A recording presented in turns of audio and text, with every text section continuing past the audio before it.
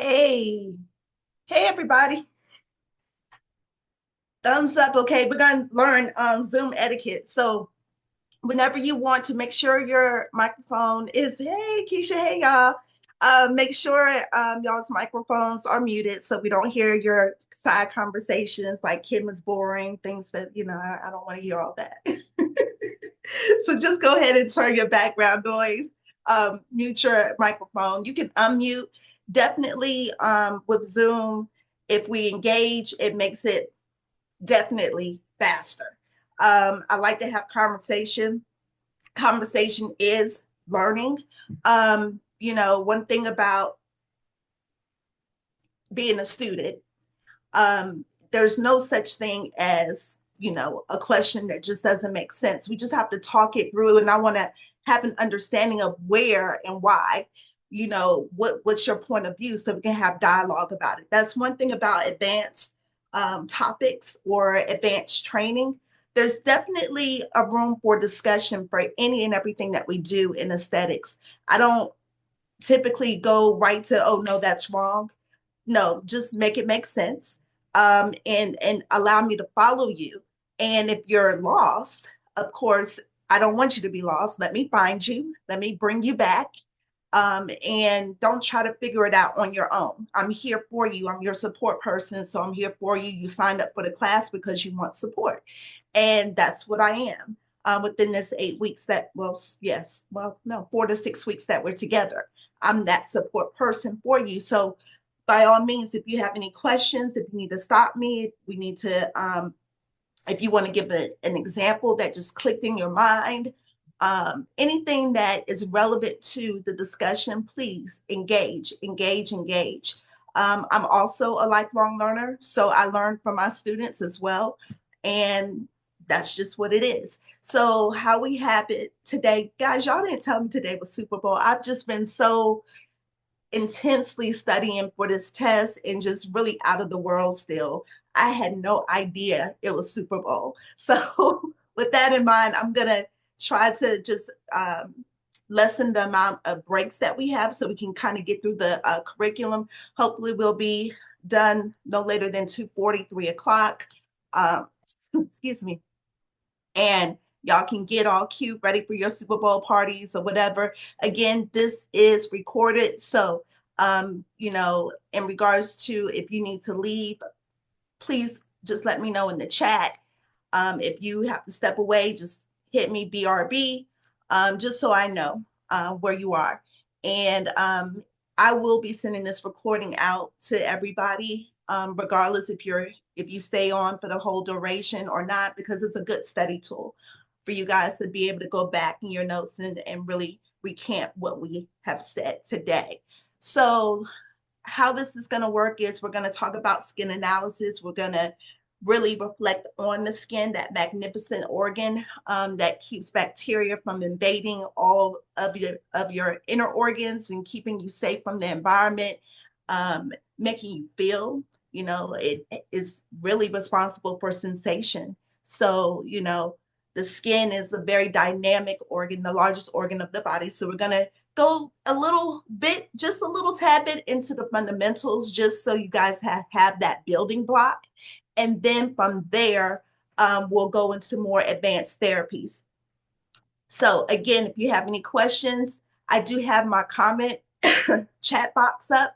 If you're not comfortable speaking, which you should be because you are a skincare practitioner or a nurse, so you should be engaging with your clients. So, but if you're not comfortable, go ahead and put any comments or questions in the chat box, and I will, just so I'm not going off of my mojo and my momentum, I will look at them periodically.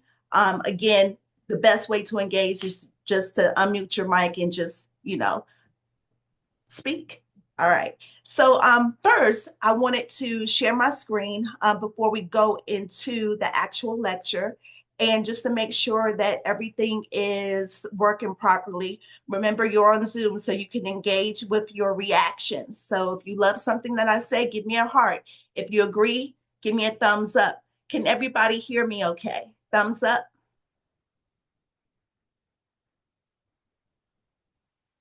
Okay, I got Lakeisha. Nobody else can hear me? Okay. All right. Got an iPhone. Don't know who that is. Anybody else? All right. So get used to using those tools, your reactions. Okay. I need a thumbs up. I need a heart. I need a what's going on? Give me something. Okay. Thank you. Give me something. All right, guys. So I'm gonna go ahead and share my screen here. Let's see. I believe I remember how to do this. Okay. Uh, okay, and I'm also going to be using my whiteboard um, for some important notes that I think you guys should have. Make sure you have a notepad and a pen ready. In the email link, I did put in the Skin Tells a Story. That's the workbook. I do not teach from the workbook. That is a reference, a tool for you guys to have if you need to go back and kind of refresh your memory on certain things. Everything that I'm going to be speaking about will be coming from that workbook, and then I will be adding some additional points. So that's why you need your own notebook so you can write those notes down. All right, let's go ahead and share. Any questions? All right.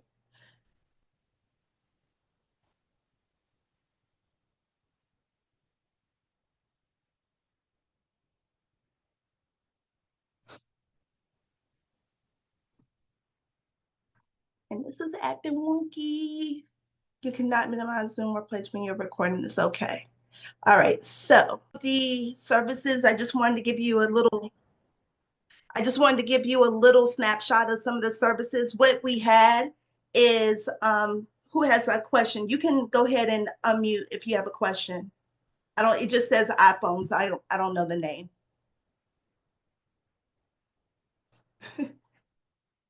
Okay. So those are some of the services that we offer. So you're going to be doing some Botox training, um, some skin tightening. Okay, you have your hand up. So you could just remove your emoji. Yeah, your hand is up. It's like, I have a question. We're going to be doing some skin tightening, Botox training, and some really clinical facials within the program. So I just wanted to show a little bit about some pictures in regards to some of the things that we've captured during our training.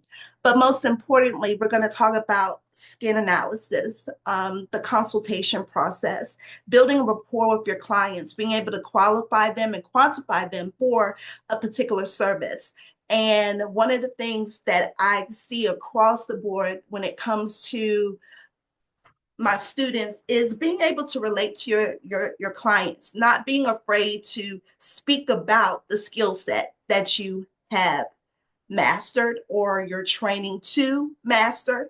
Um, Skin is a very lucrative avenue. And people ask me all the time, they say, well, how much can you make? Well, how much do you want to make? I particularly, money is important. We have to live, of course. Money does make things a little easier. But in my belief, I feel like if you are destined and if you're passionate about something, money is going to follow. It's just what it is because you're going to do it great. You're going to do it so good that people want to see you. They want to follow you. Skin can also be challenging if we don't qualify our candidates properly. Things can happen. Adverse reactions can happen. Knowing how to identify those adverse reactions are important as well. Knowing when you've gone above and beyond, when you have to really just go back to the drawing board, when things aren't working right within your treatment plan, how to devise a treatment plan. That's really important.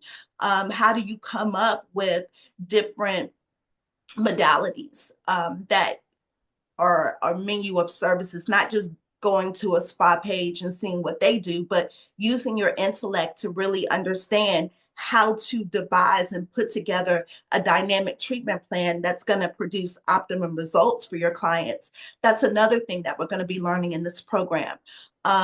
learning different skin types, the challenges that come with those skin types, being realistic to your clientele, being able to say, well, no, that's not really what's going to happen. However, I can produce X, Y, and Z. I think a lot of times in this profession, there's a lot of smoking mirrors, a lot of perception tricks. What we see in the magazine, how people look on a day to day, that's not how they look on a day to day.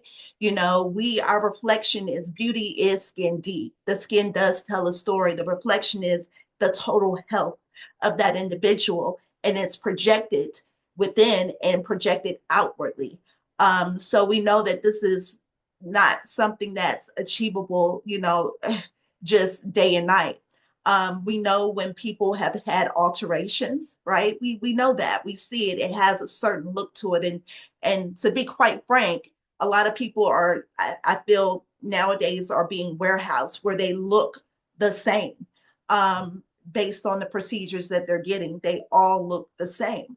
And we're very unique. We're specialized. We're unique beings. We're one of a kind in this whole universe. I don't want to look like somebody else. I want to look and project who I am for who I am.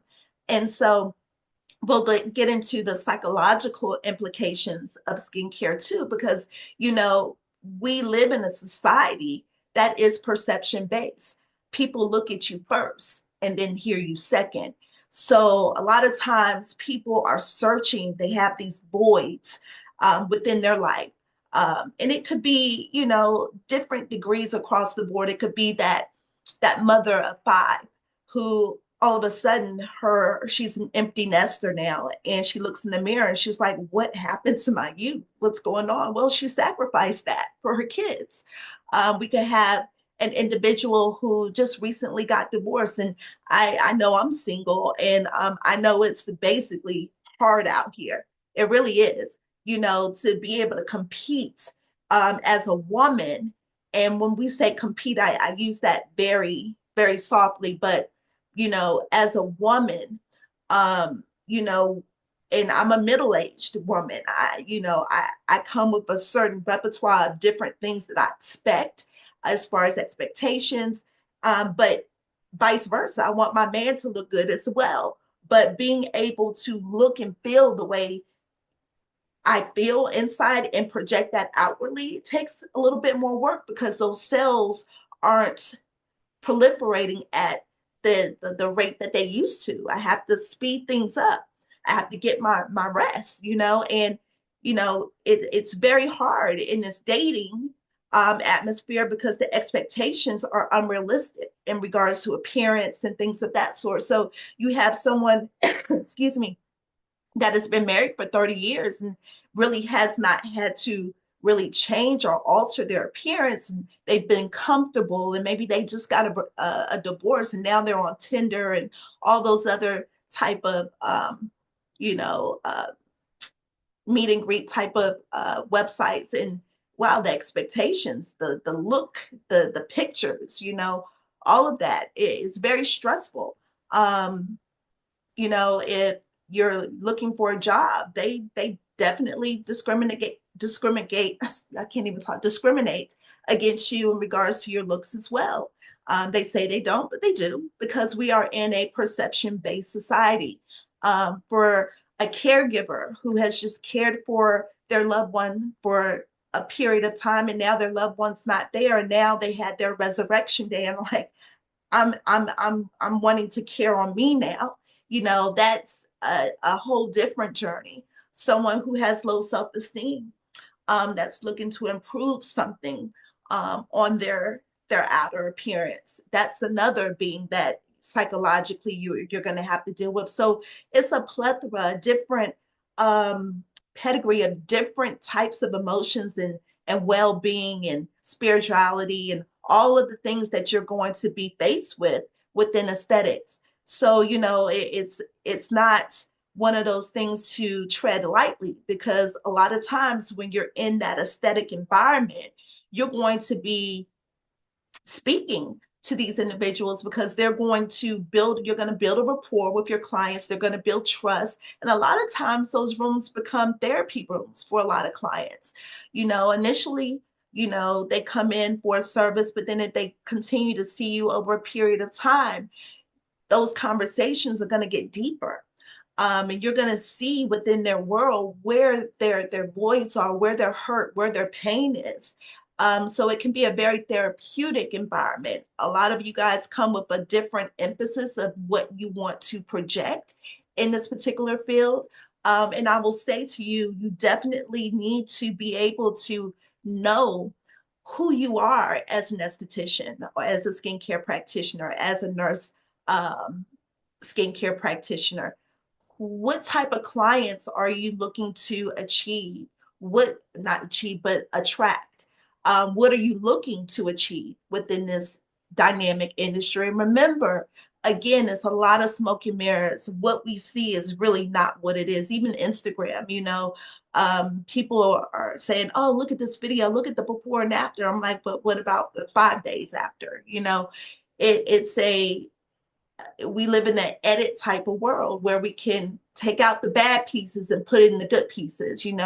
Remember, everybody is a walking book. Everybody has a story to tell. Everybody goes through different chapters in their book. And so being able to look at yourself and know and point out some of the things that you want to improve upon, because when you start really reflecting on you as a giver, okay, and that's who you are. If you're in the nursing profession, if you're in the aesthetic profession, you are a giver. You want to give something to others to make them better, to make them whole. You have to make sure that you keep your temple whole. You have to make sure that you pour back into yourself. You need to look at yourself to see where your improvements can come, because as you start ministering, and that's what I call this, to others, you're pouring out energy into others. So you have to make sure that you don't drain your energy source, that you also reflect in self-care for yourself. That's very, very important. And so communication is key. Being able to effectively communicate across the board is one of the things that you must know how to do within this profession. You must be assertive, not aggressive. They're two different, we're talking about two different things.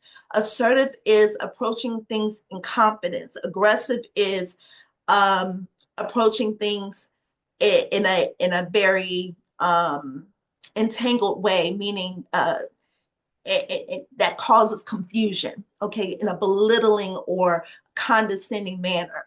But it's okay to approach with assertiveness.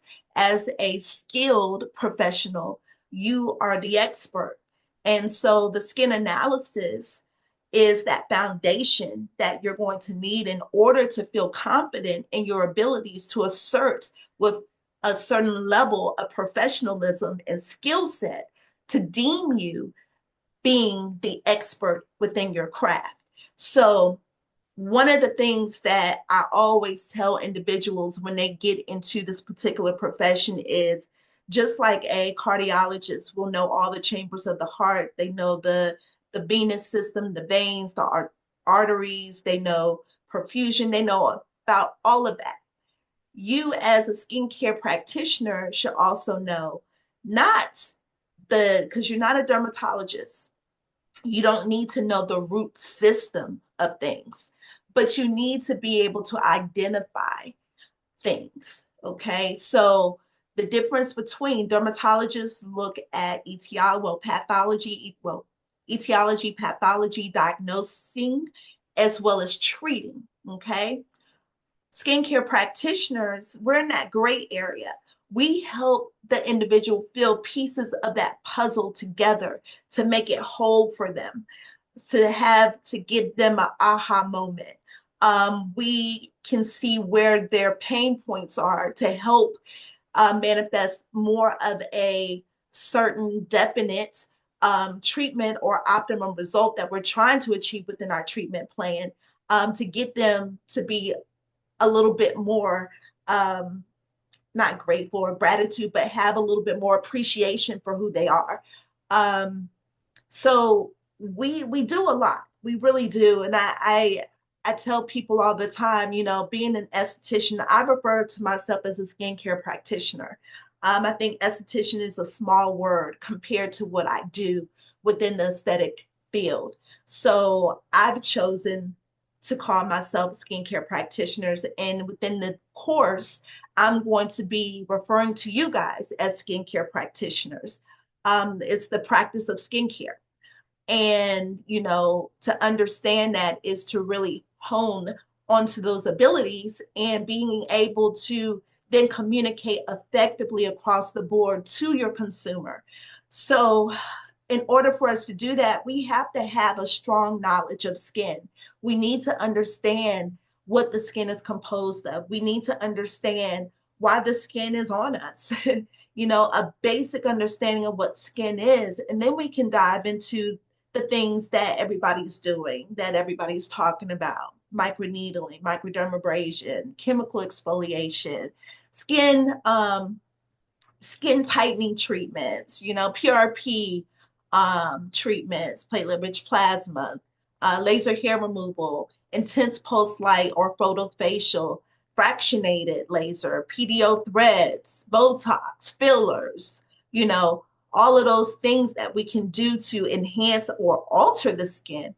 But we first need to understand the foundation. So this class, we're going to be talking about the foundation of skin, and we're going to go back to basics. This is where the workbook, when you want to refer back just for studying notes, you can. A lot of this information is coming from that. I do have a PowerPoint for us, and then we're going to go through some case studies so we can start understanding how to develop a treatment plan. Sound good, you guys? Give me a thumbs up.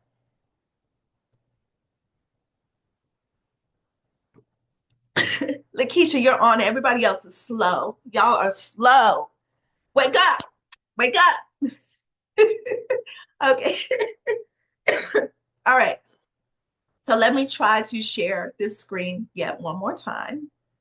Let's see. Oh, there it is.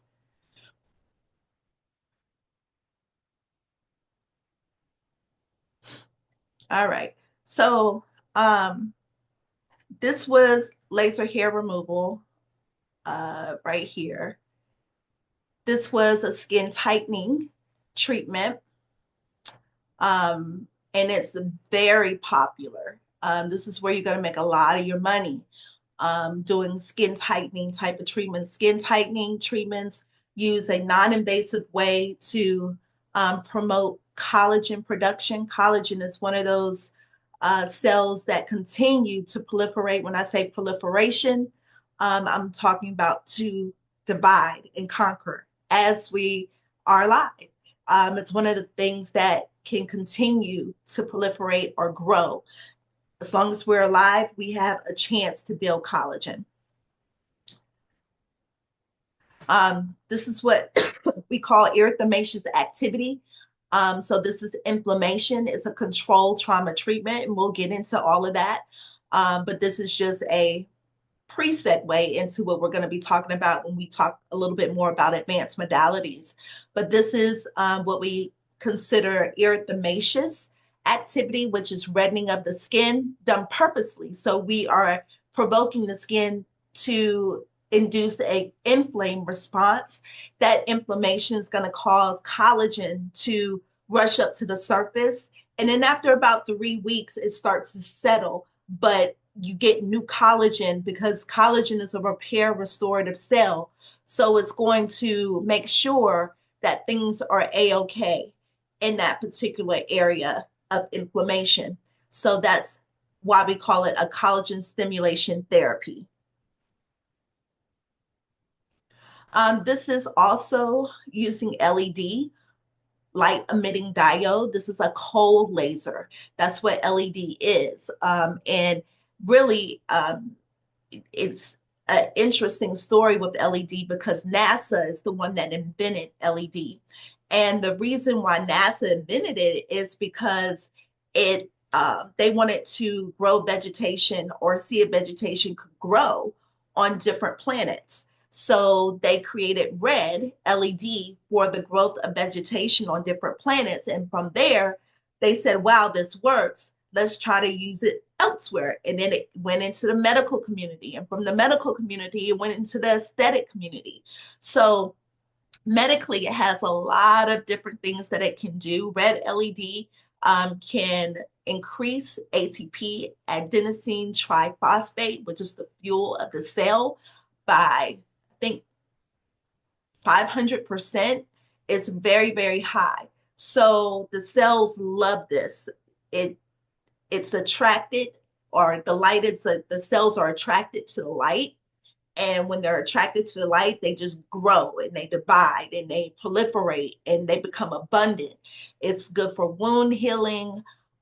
It's good for collagen stimulation. It's good for killing bacteria. So many different properties that you will learn in the laser training course on cold lasers.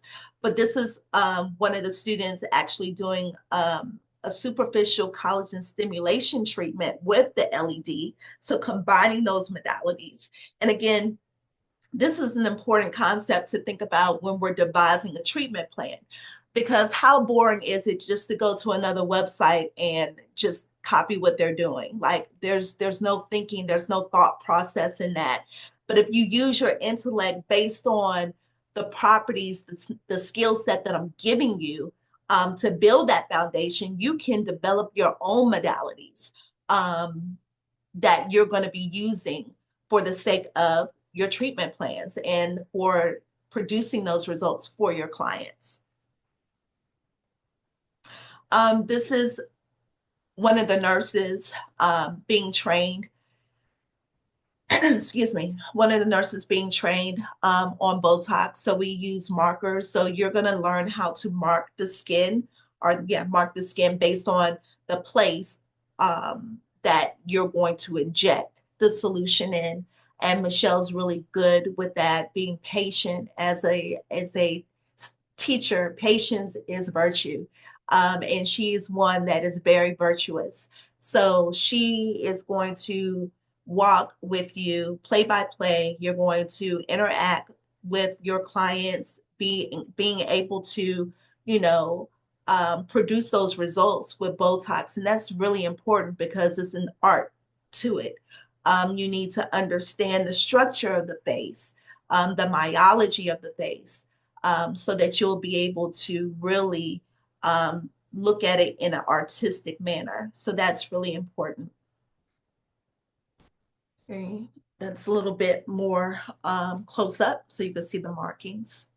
This right here is PRP that we're using to inject for retention alopecia.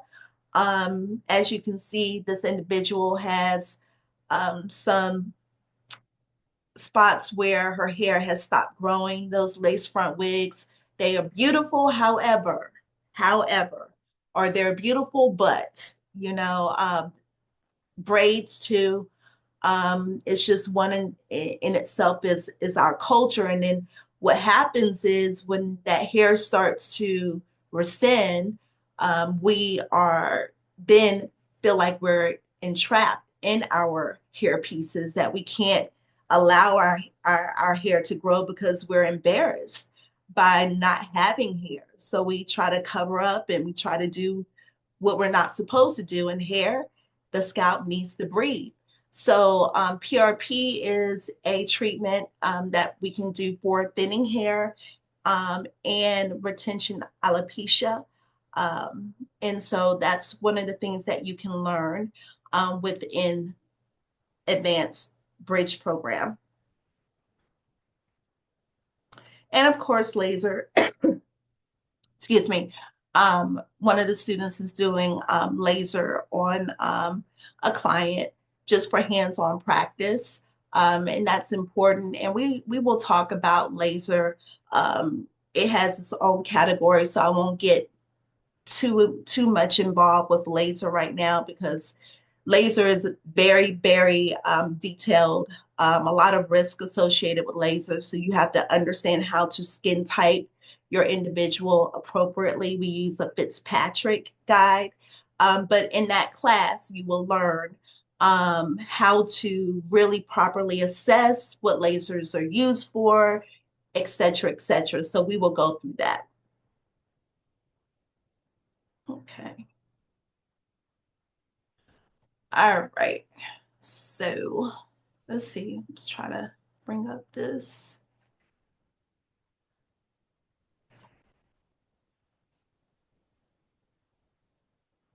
Okay.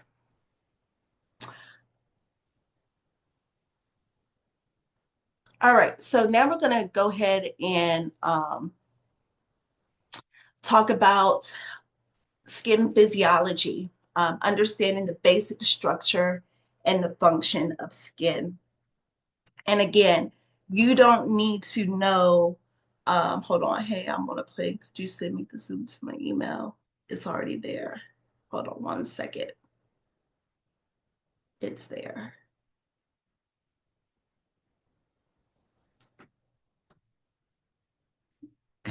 Let me make sure. Excuse me 1 second. This is one of the students.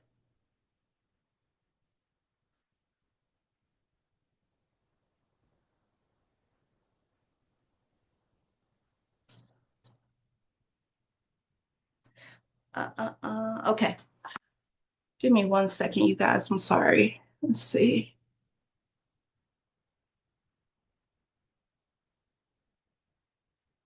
All right. So skin physiology, understand the basic structure and function of skin. It's really important again as a okay, as a skincare practitioner, we have to understand what skin is. So skin is a highly complex organ serving many different bodily function and is essential to human life as we know it. And we know that if we didn't have skin, we would die in 5 minutes or less. Actually, I think it's 7 minutes. And I was really surprised that skin didn't make the top three. But according to um, the medical principle, it is the brain is the first, the the lungs are the second, and the heart is the third. Okay, well, I get that too, but then skin, it needs to be a fourth or a fifth somewhere because without skin, we don't have any protection.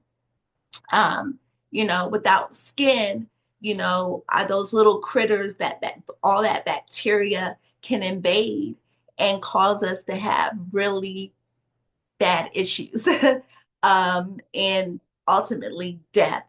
So people that have fourth degree burns, people that have third degree burns, I don't know if you've ever been in a facility to where you'll see, I guess, individuals that have been burned. Some of you may not, but they're hooked up to a lot of tubing. A lot of that tubing is antibiotics, things that will help save them from getting incredible infections. So the skin is one of those things where we look at it as far as beauty and what it looks like aesthetically, but it has so much more purpose than just what it looks like. And being able to communicate effectively with your clients on the wellness of their skin is something that, I challenge you to do.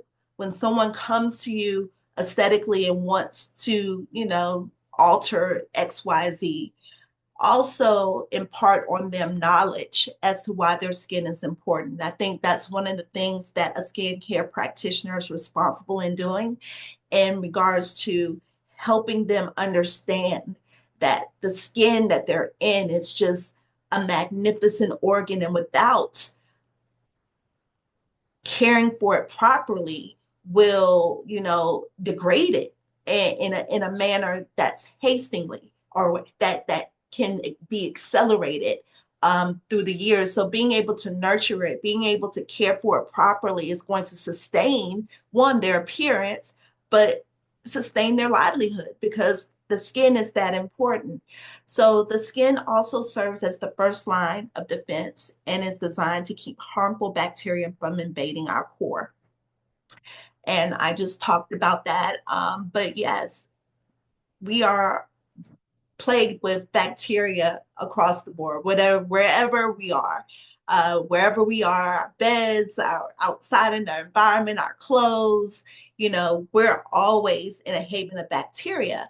So we need good and bad bacteria. Well, good bacteria, we don't need bad bacteria, but good bacteria is on our skin as well as in our stomach, in our flora, within our gut, and so all of these things are essential. There's always balance to everything in moderation. Is the yin and the yang. It's always balance. So in order to get a clear understanding of how to treat a specific skin condition or type, you must first understand the cellular changes that are attributing to the skin condition or disorder. So in this particular module, we're going to be talking about cytology. And with cytology, we know that cytology deals with the cells. And when we're dealing with the cells, we have to understand that cells make up organisms. And with that being said, without cells, we would not be alive. I would not be talking to you today. When we say in the medical world, when we say organ failure or system failure, those cells are dying. They're not replicating. They're not being synthesized. They're not proliferating any longer. They're not providing that communication that organ needs in order to stay alive or to do what it was designed to do. So when we say system failure, when we say organ failure, that means those cells are dying and they're not coming back. They're not proliferating. So in order to have abundance in regards to healthy skin, we have to make sure that skin is receiving the cells that we need for it to receive. We need to have that proliferation of the cells in order to achieve a luminous complexion. So how do we do that? We have to understand the foundation of the skin in order to properly understand how to get the cells to proliferate. It's just one of those things, in order for you to have a peanut butter and jelly sandwich, you have to have the bread first, right? You have to have the bread and then you can build on that. So same thing, I'm going to give you the foundation and then you're going to build on that. Give me a second. The students still, give me about 1 minute. Let me just respond to her really quickly.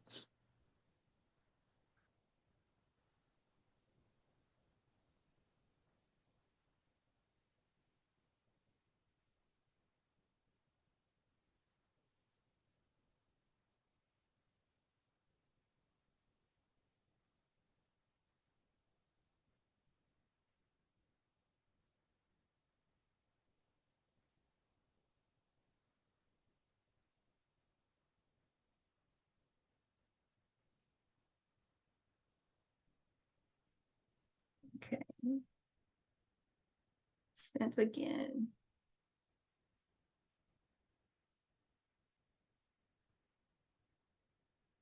All right, so sorry about that, Mom. I'm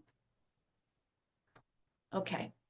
All right, so when we're talking about the foundation, do you remember? You can type in the chat. Do you remember the layers of the skin?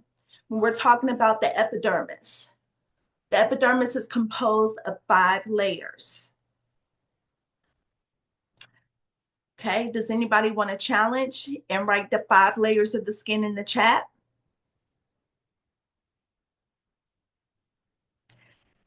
And I'll give you a quick acronym just to give you a hint. Come, let's get sunburned. Okay, come, let's get sunburned. Come, let's get sunburned. If somebody wants to try, let's see, who do we have?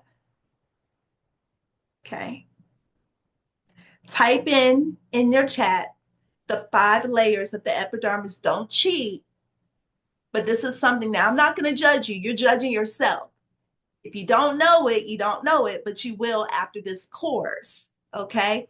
Type in the chat How many layers you can remember the epidermis is composed of?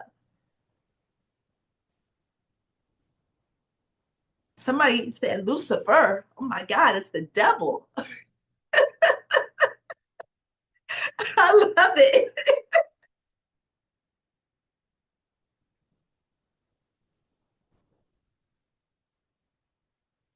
Okay, come, let's get sunburned. That's an easy acronym for you to remember. Come, let's get sunburned.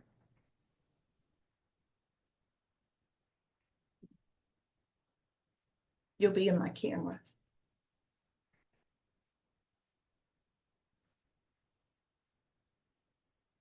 Okay, it's okay. It's okay. Okay. All right. Okay, torture is done. Okay, we're done with the torture. Okay, I'm going to write it in the chat. So we have the stratum corneum, we have the stratum lucidum.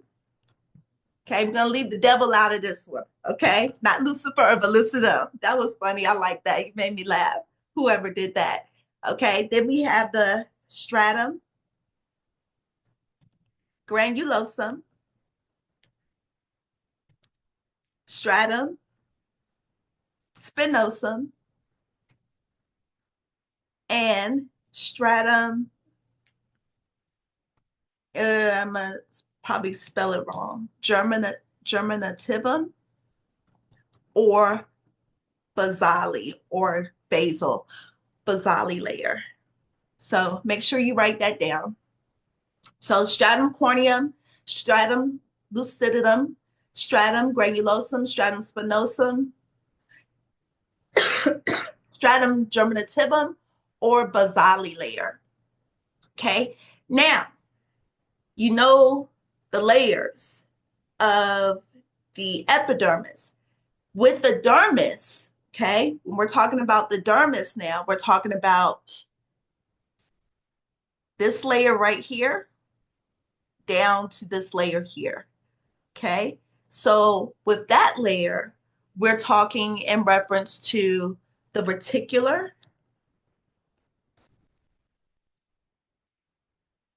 okay, which sits on top of, so that's the first layer of the dermis. And then we have the, oh my gosh, wait, sorry, papillary, I'm sorry, papillary layer is the first layer of the dermis. And then we have the reticular layer, okay? So write those down.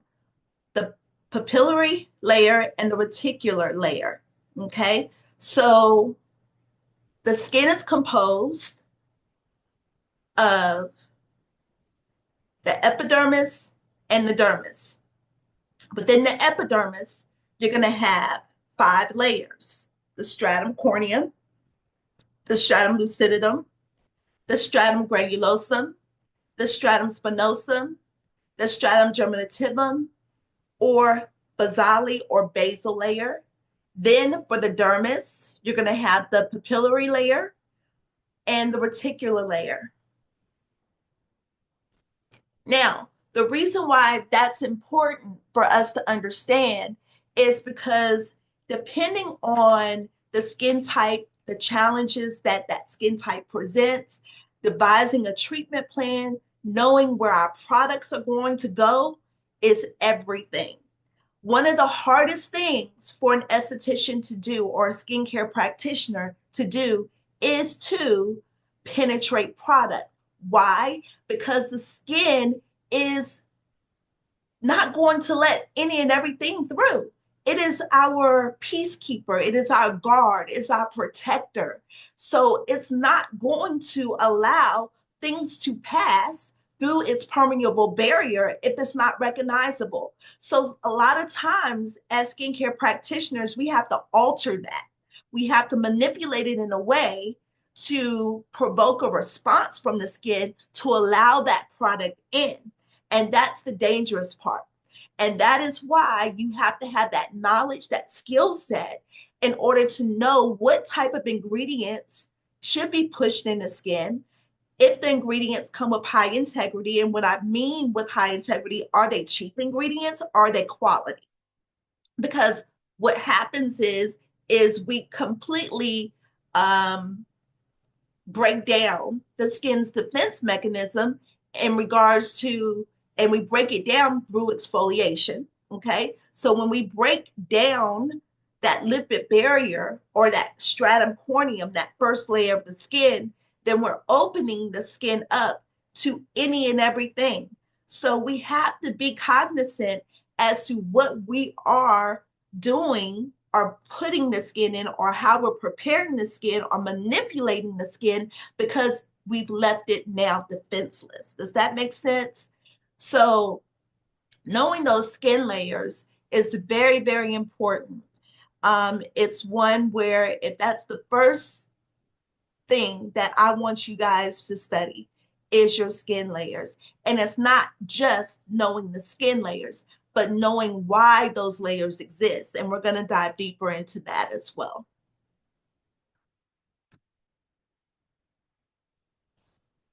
All right.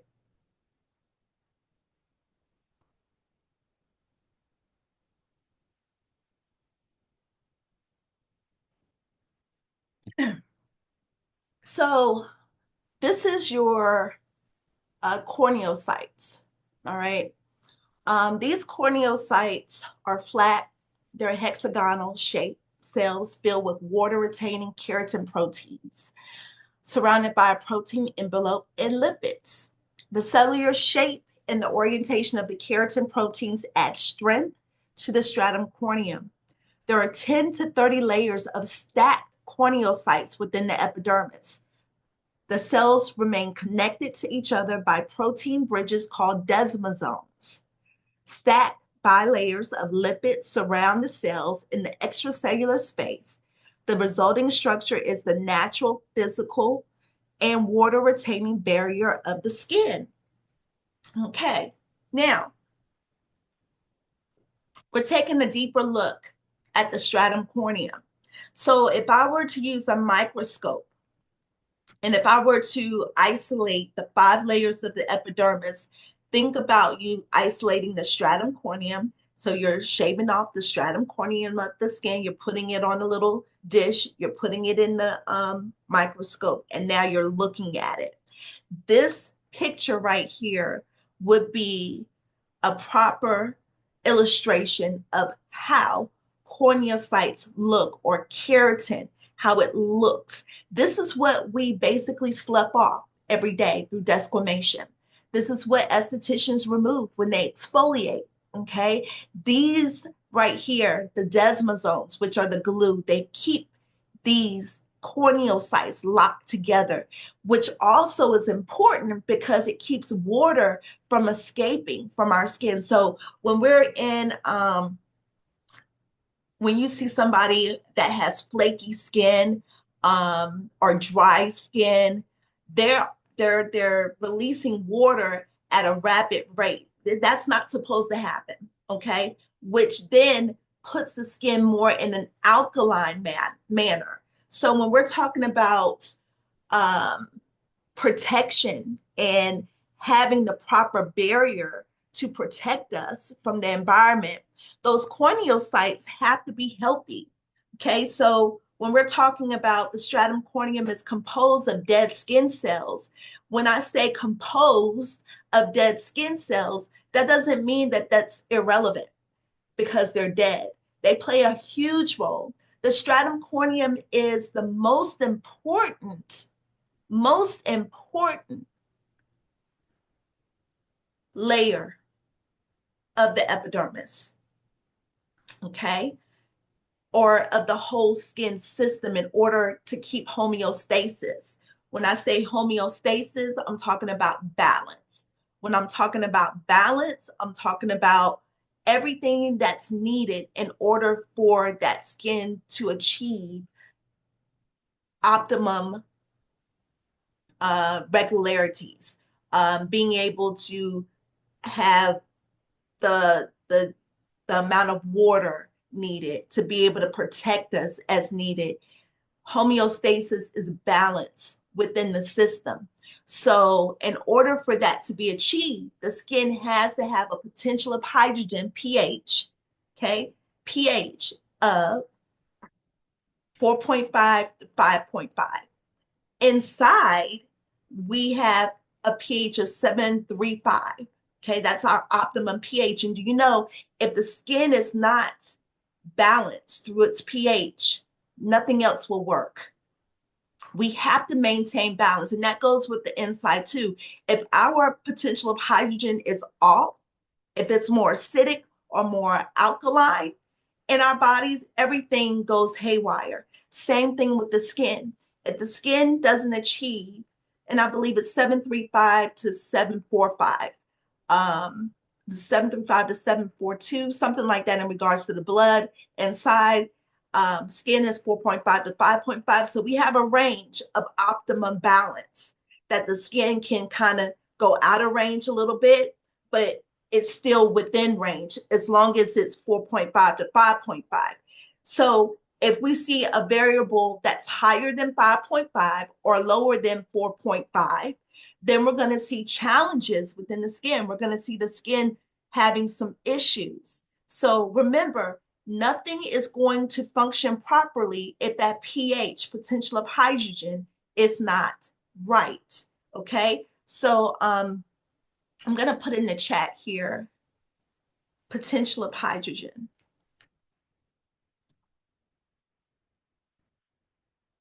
(4.5 to 5.5) to achieve homeostasis, which is balance.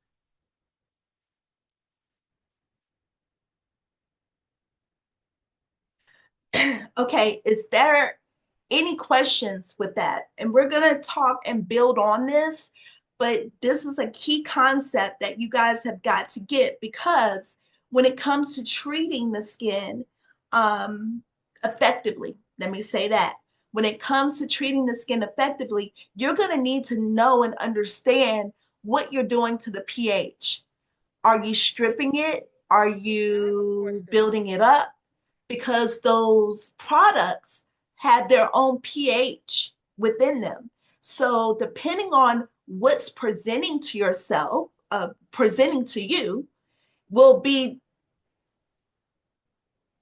necessary to understand as to whether or not that product will be too strong, just right, or not good for that particular client. Lakeisha, did you have a question? You had taken your mic off of mute.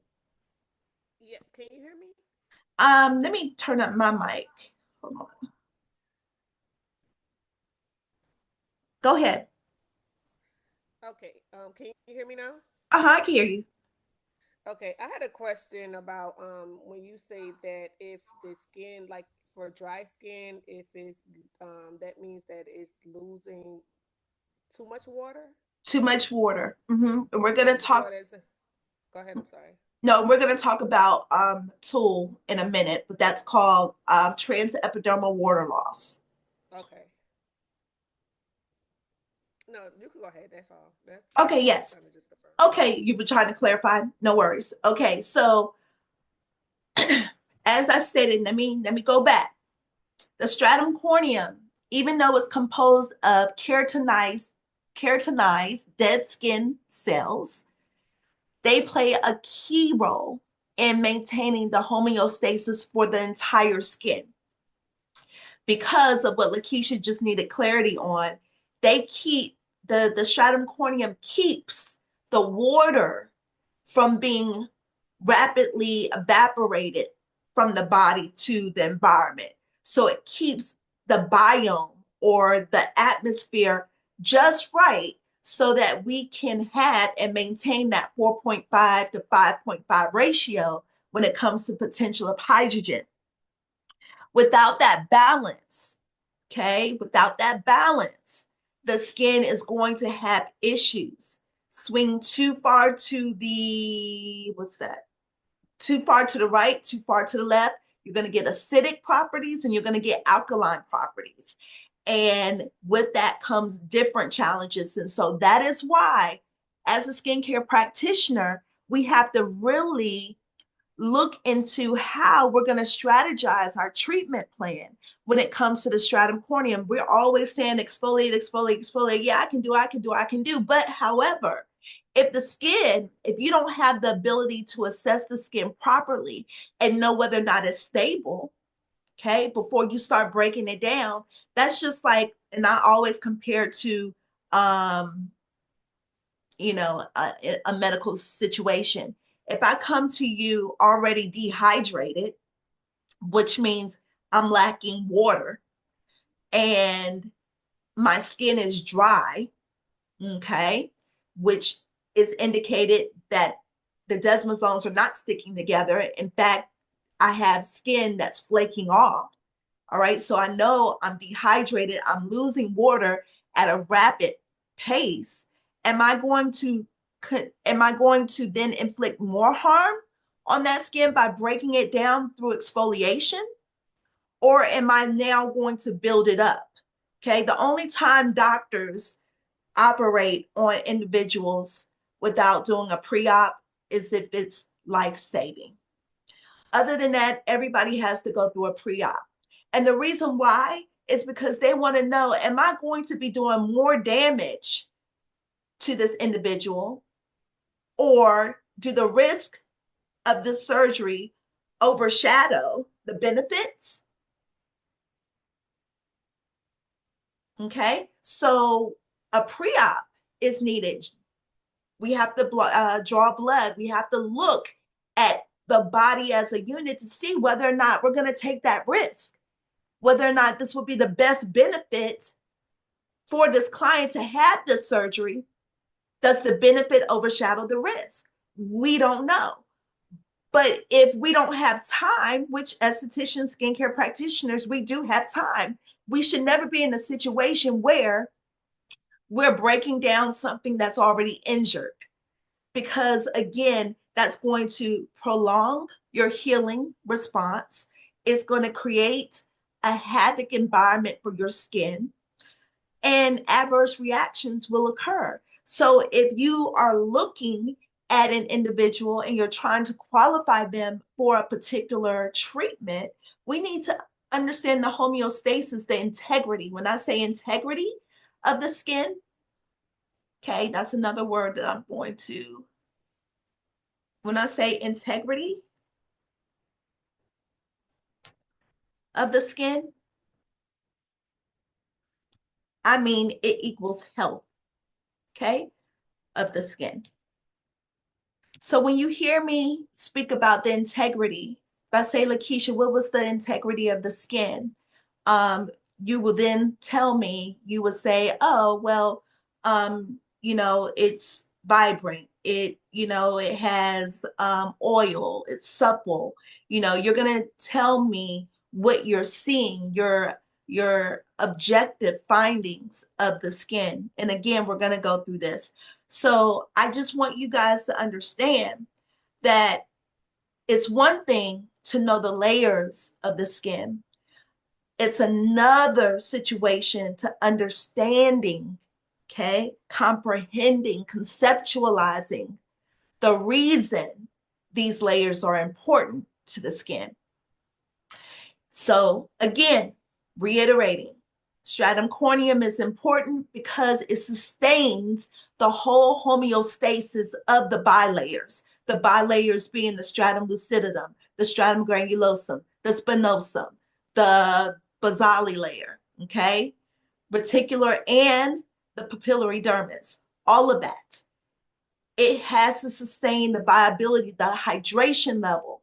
When it is altered through manipulation without understanding the components of whether or not the integrity is good, does it have good health or bad health, and we manipulate it and break it down, we can get horrible results because of that. Okay, so knowing that the stratum corneum keeps water, it retains water, knowing that alterations of the stratum corneum of the pH potential of hydrogen, if it goes too far to the right or too far to the left from that 4.5 to 5.5, we're going to have issues. Okay.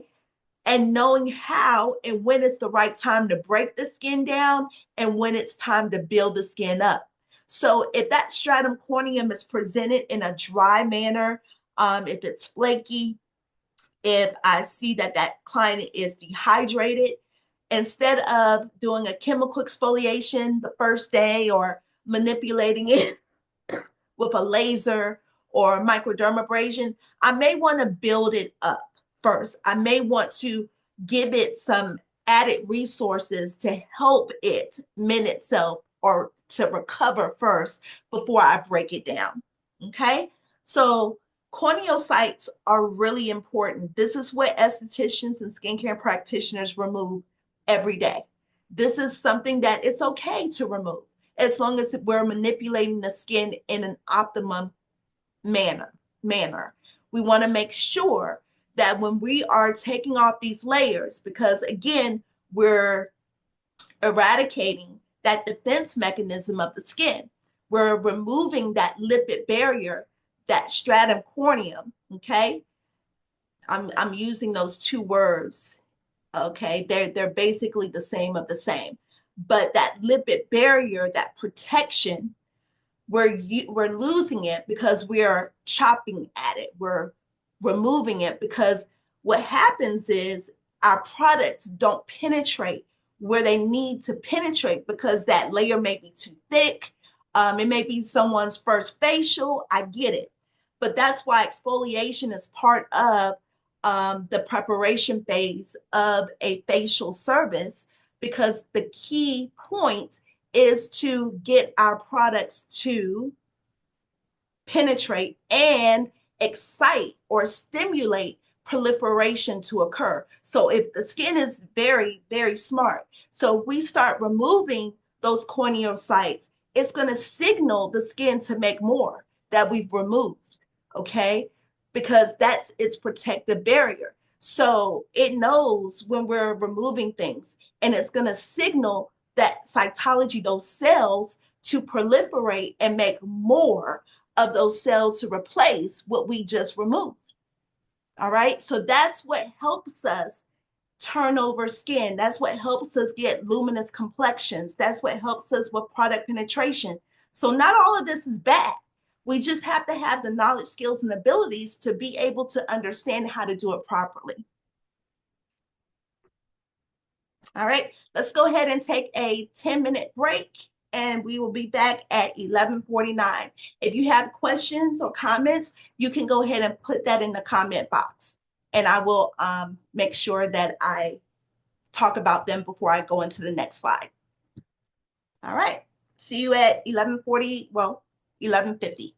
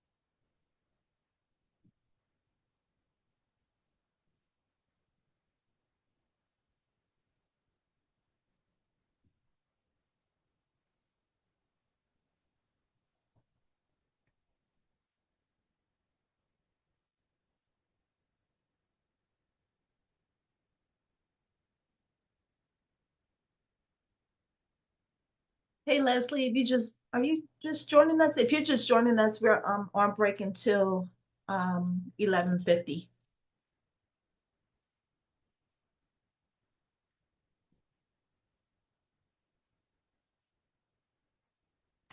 Hey, no, I was up there as Sunny Taylor, but my Oh, computer, okay. yeah, my computer decided to do a random restart. So I was like, let me just go to my iPad so I don't have any more issues. No problem, no problem. Thank you. Uh-huh.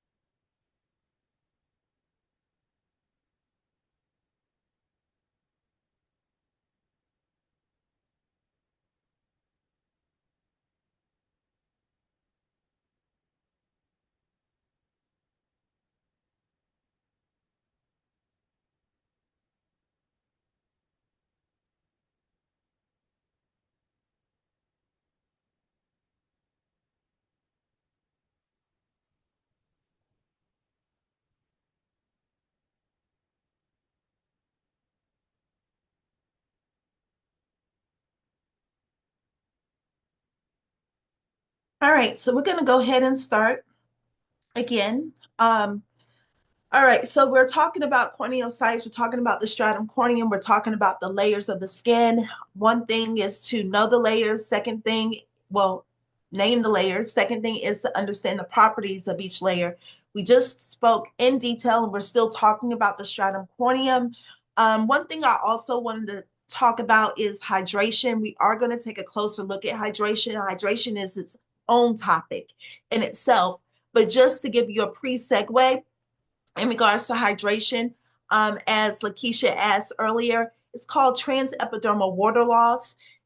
The stratum corneum is responsible for those hydrating properties. And do you know if hydration is altered within the skin, it will not desquamate. When I say desquamate, it will not shed. Our skin sheds well, it purges every 2 weeks. Okay, we basically shed our skin every day.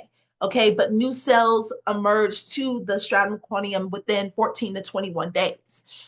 So it alters that process of shedding, and that's where you have that dull complexion. So everything slows down when the potential of hydrogen is not met within the limits of 4.5 to 5.5.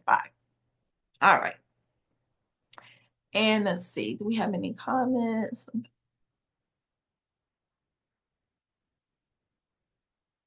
Okay. Okay, perfect. All right. So our next one. Um, Now we're talking about natural moisturizing factors, okay? Also referred as NMF, NMF, NMF, natural moisturizing factors. So we have natural lipids, right?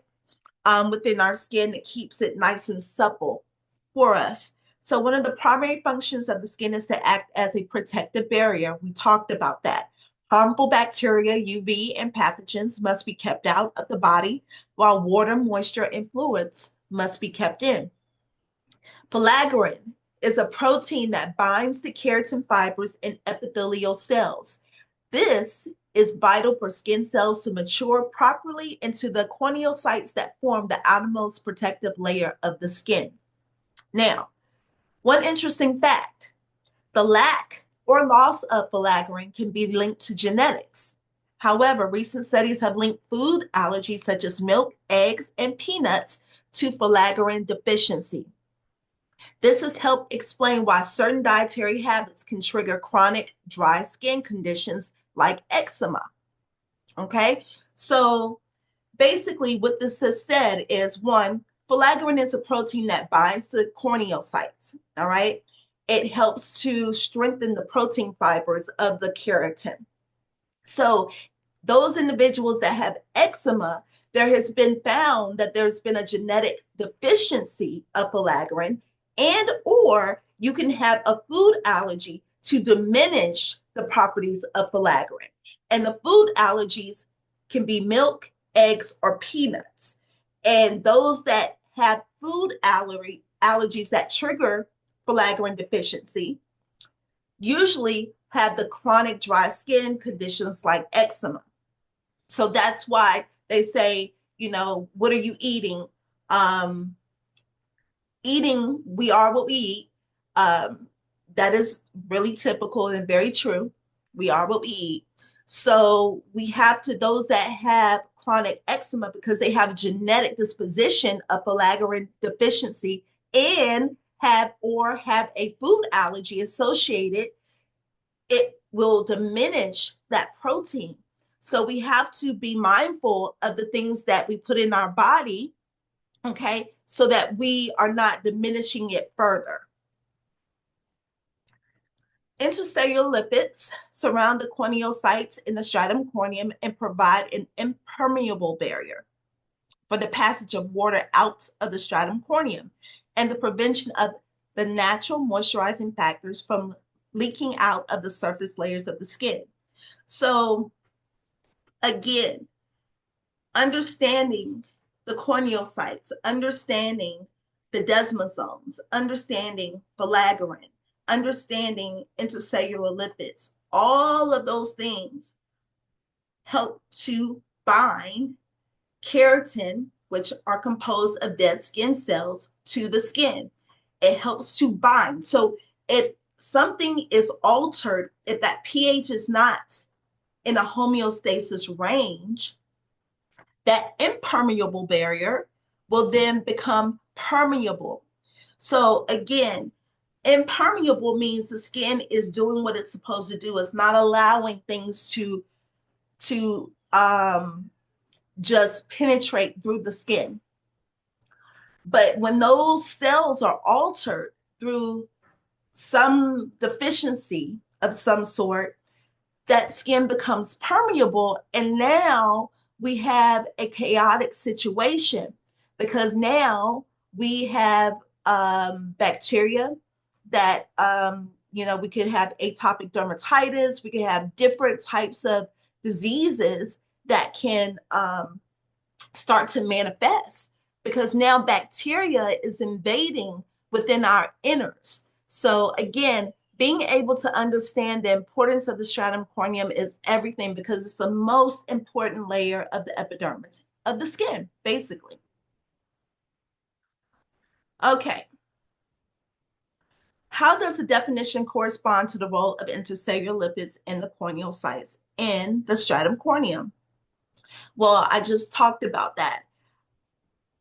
If we do not have a pH of 4.5 to 5.5, everything gets chaotic. With that chaos, we now have an impermeable barrier that is now permeable, allowing certain things to come into the skin, which then will cause that chaos to manifest into diseases and disorders. Dry skin, conditions that the client's not okay with. Their skin looks dull. Their skin is not luminous. They're dehydrated. They're dry. Okay.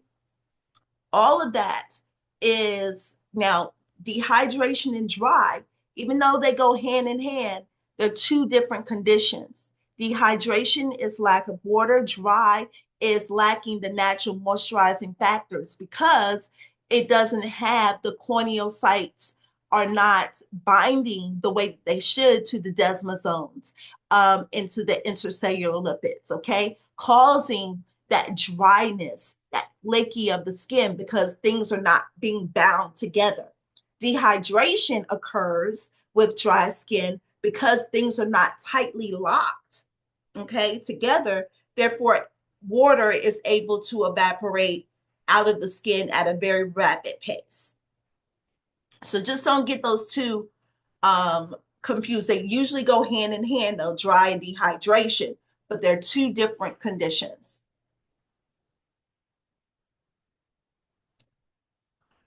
Okay, so here's that word that I keep using, desquamation. Desquamation is also referred to as the shedding of skin cells. It's essential to the appearance of skin health. And like I stated, if the homeostasis is not within the normal range of 4.5 to 5.5, what we're going to get is desquamation that is not going to be happening every day. We're going to get a buildup of cells. And with that buildup of cells, we're going to get dry skin. We're going to get skin that looks like it has a coating on it, very dull in appearance. And we're going to get very thick skin.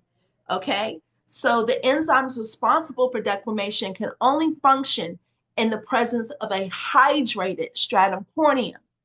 So hydration is key for all of the systems to work in a proper manner. The skin needs to be hydrated. It needs to have a level of hydration.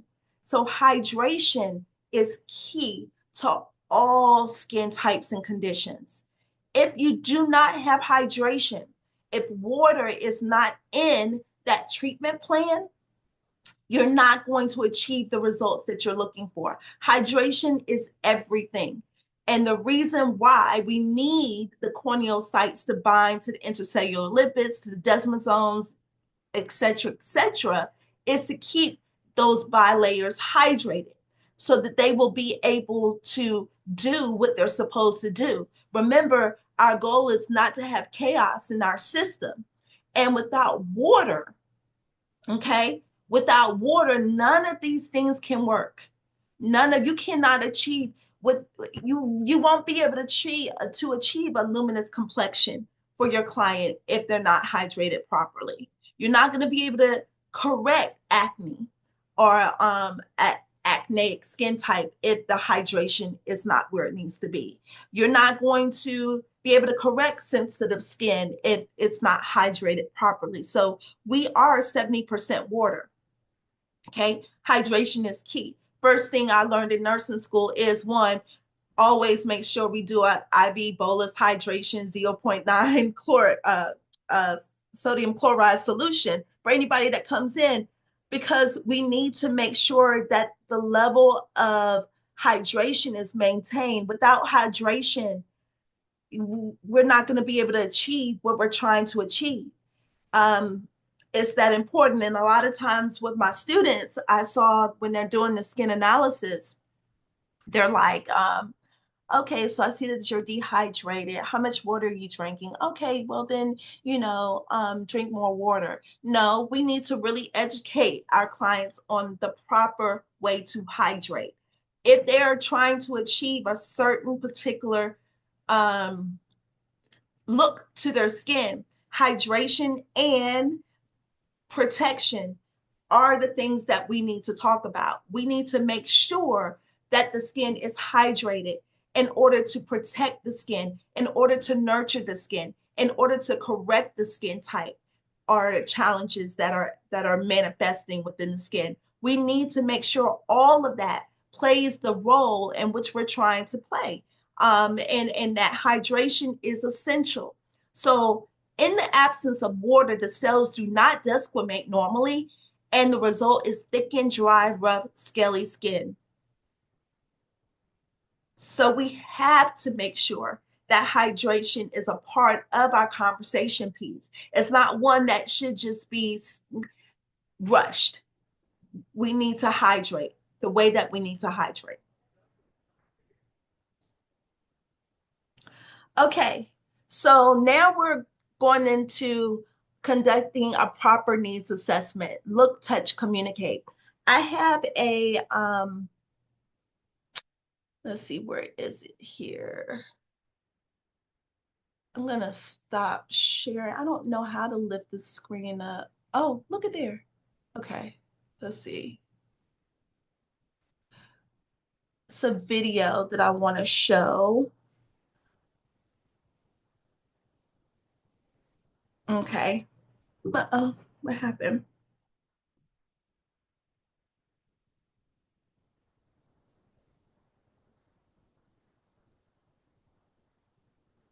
All right, so let me see. It's a video I want to show. In the video that I want to show, I want to basically talk about how you can, it won't let me show. That's crazy. I'll work on it in our next break. But with the video, I go over the skin analysis and I talk about basically what we're trying to achieve. I'll show Shantae. She was a student of mine, and we really worked on the skin analysis because that consultation piece is everything. When you're consulting with your client and gathering your information with the look, touch, and communicate, you want to gather as much as you can with the potential of being able to, um, hold on one second. Here, get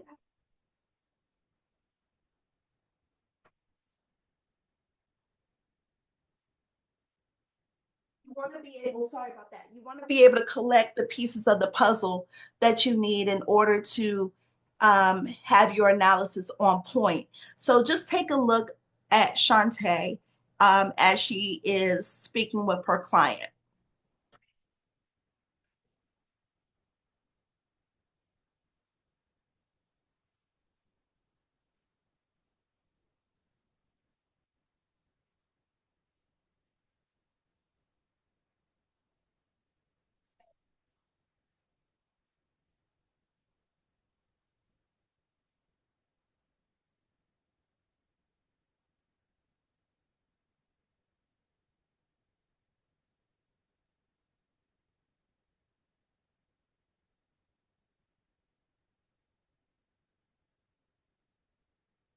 Okay, so that was Shantae. And with Shantae, she was really talking about getting to know her client. This right here is Catherine, and we'll look at Catherine as she does her introduction to her clients.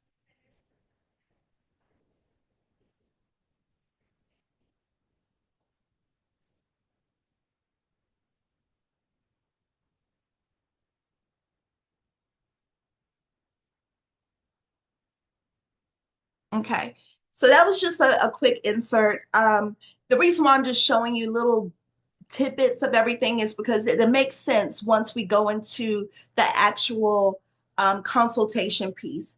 This is really gathering all the pieces of the puzzle in this process. When we're talking about look, touch, and communicate, we're talking about gathering those pieces of that puzzle in order to really understand how to achieve skin analysis. We have to start from the beginning.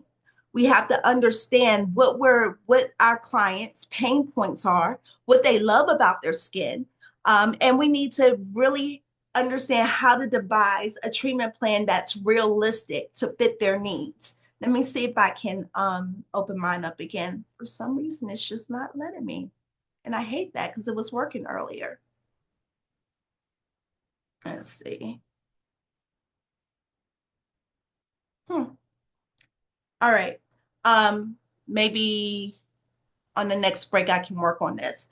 But when we are talking about the skin analysis again, it's really identifying different things that we need to identify, knowing what we're looking at in the skin, knowing how to identify. I keep saying that word over and over again, but it's what it is. We have to identify exactly what we're looking at to be able to come to some type of treatment. If we don't understand what we're looking for, or if we're not understanding what we're looking at, it's very hard for us to devise a treatment plan that makes sense.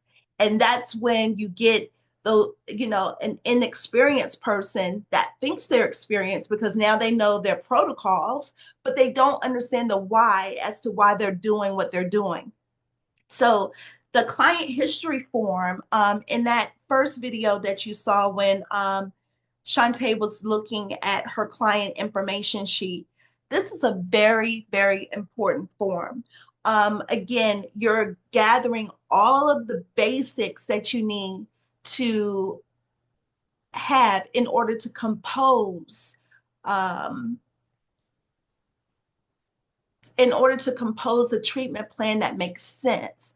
So it gives the skincare practitioner further insight into the extrinsic and intrinsic factors that have contributed to the skin's current state. And by reviewing this form with the client, you're doing a thorough consultation, which alerts you, okay, to any contraindications that may um, be exhibited. It's helping you to qualify and to quantify your client. It's really helping you even looking at the behavioral attributes of the client. If you have a client, you give a form to them and they turn around and give that form back to you in the next 30 seconds, I know that that client is not very detailed. Through that, I know that that client doesn't really understand the connection between why I gave that form to him or her and to my services. So I'm going to spend a little bit more time emphasizing that connection as to why it's important for the client to fill out this form in its entirety and take their time to fill it out. And that's really important. I really don't think that people know that filling out a form really is a lot of information that we need as practitioners to do a thorough skin analysis. You know, it talks about medical history. It talks about, you know, product usage. It talks about prescriptions that they're on. You know, medical history, a history of having something gives us insight that, well, we need to be careful or we need to have a discussion with the client about what happened in the past.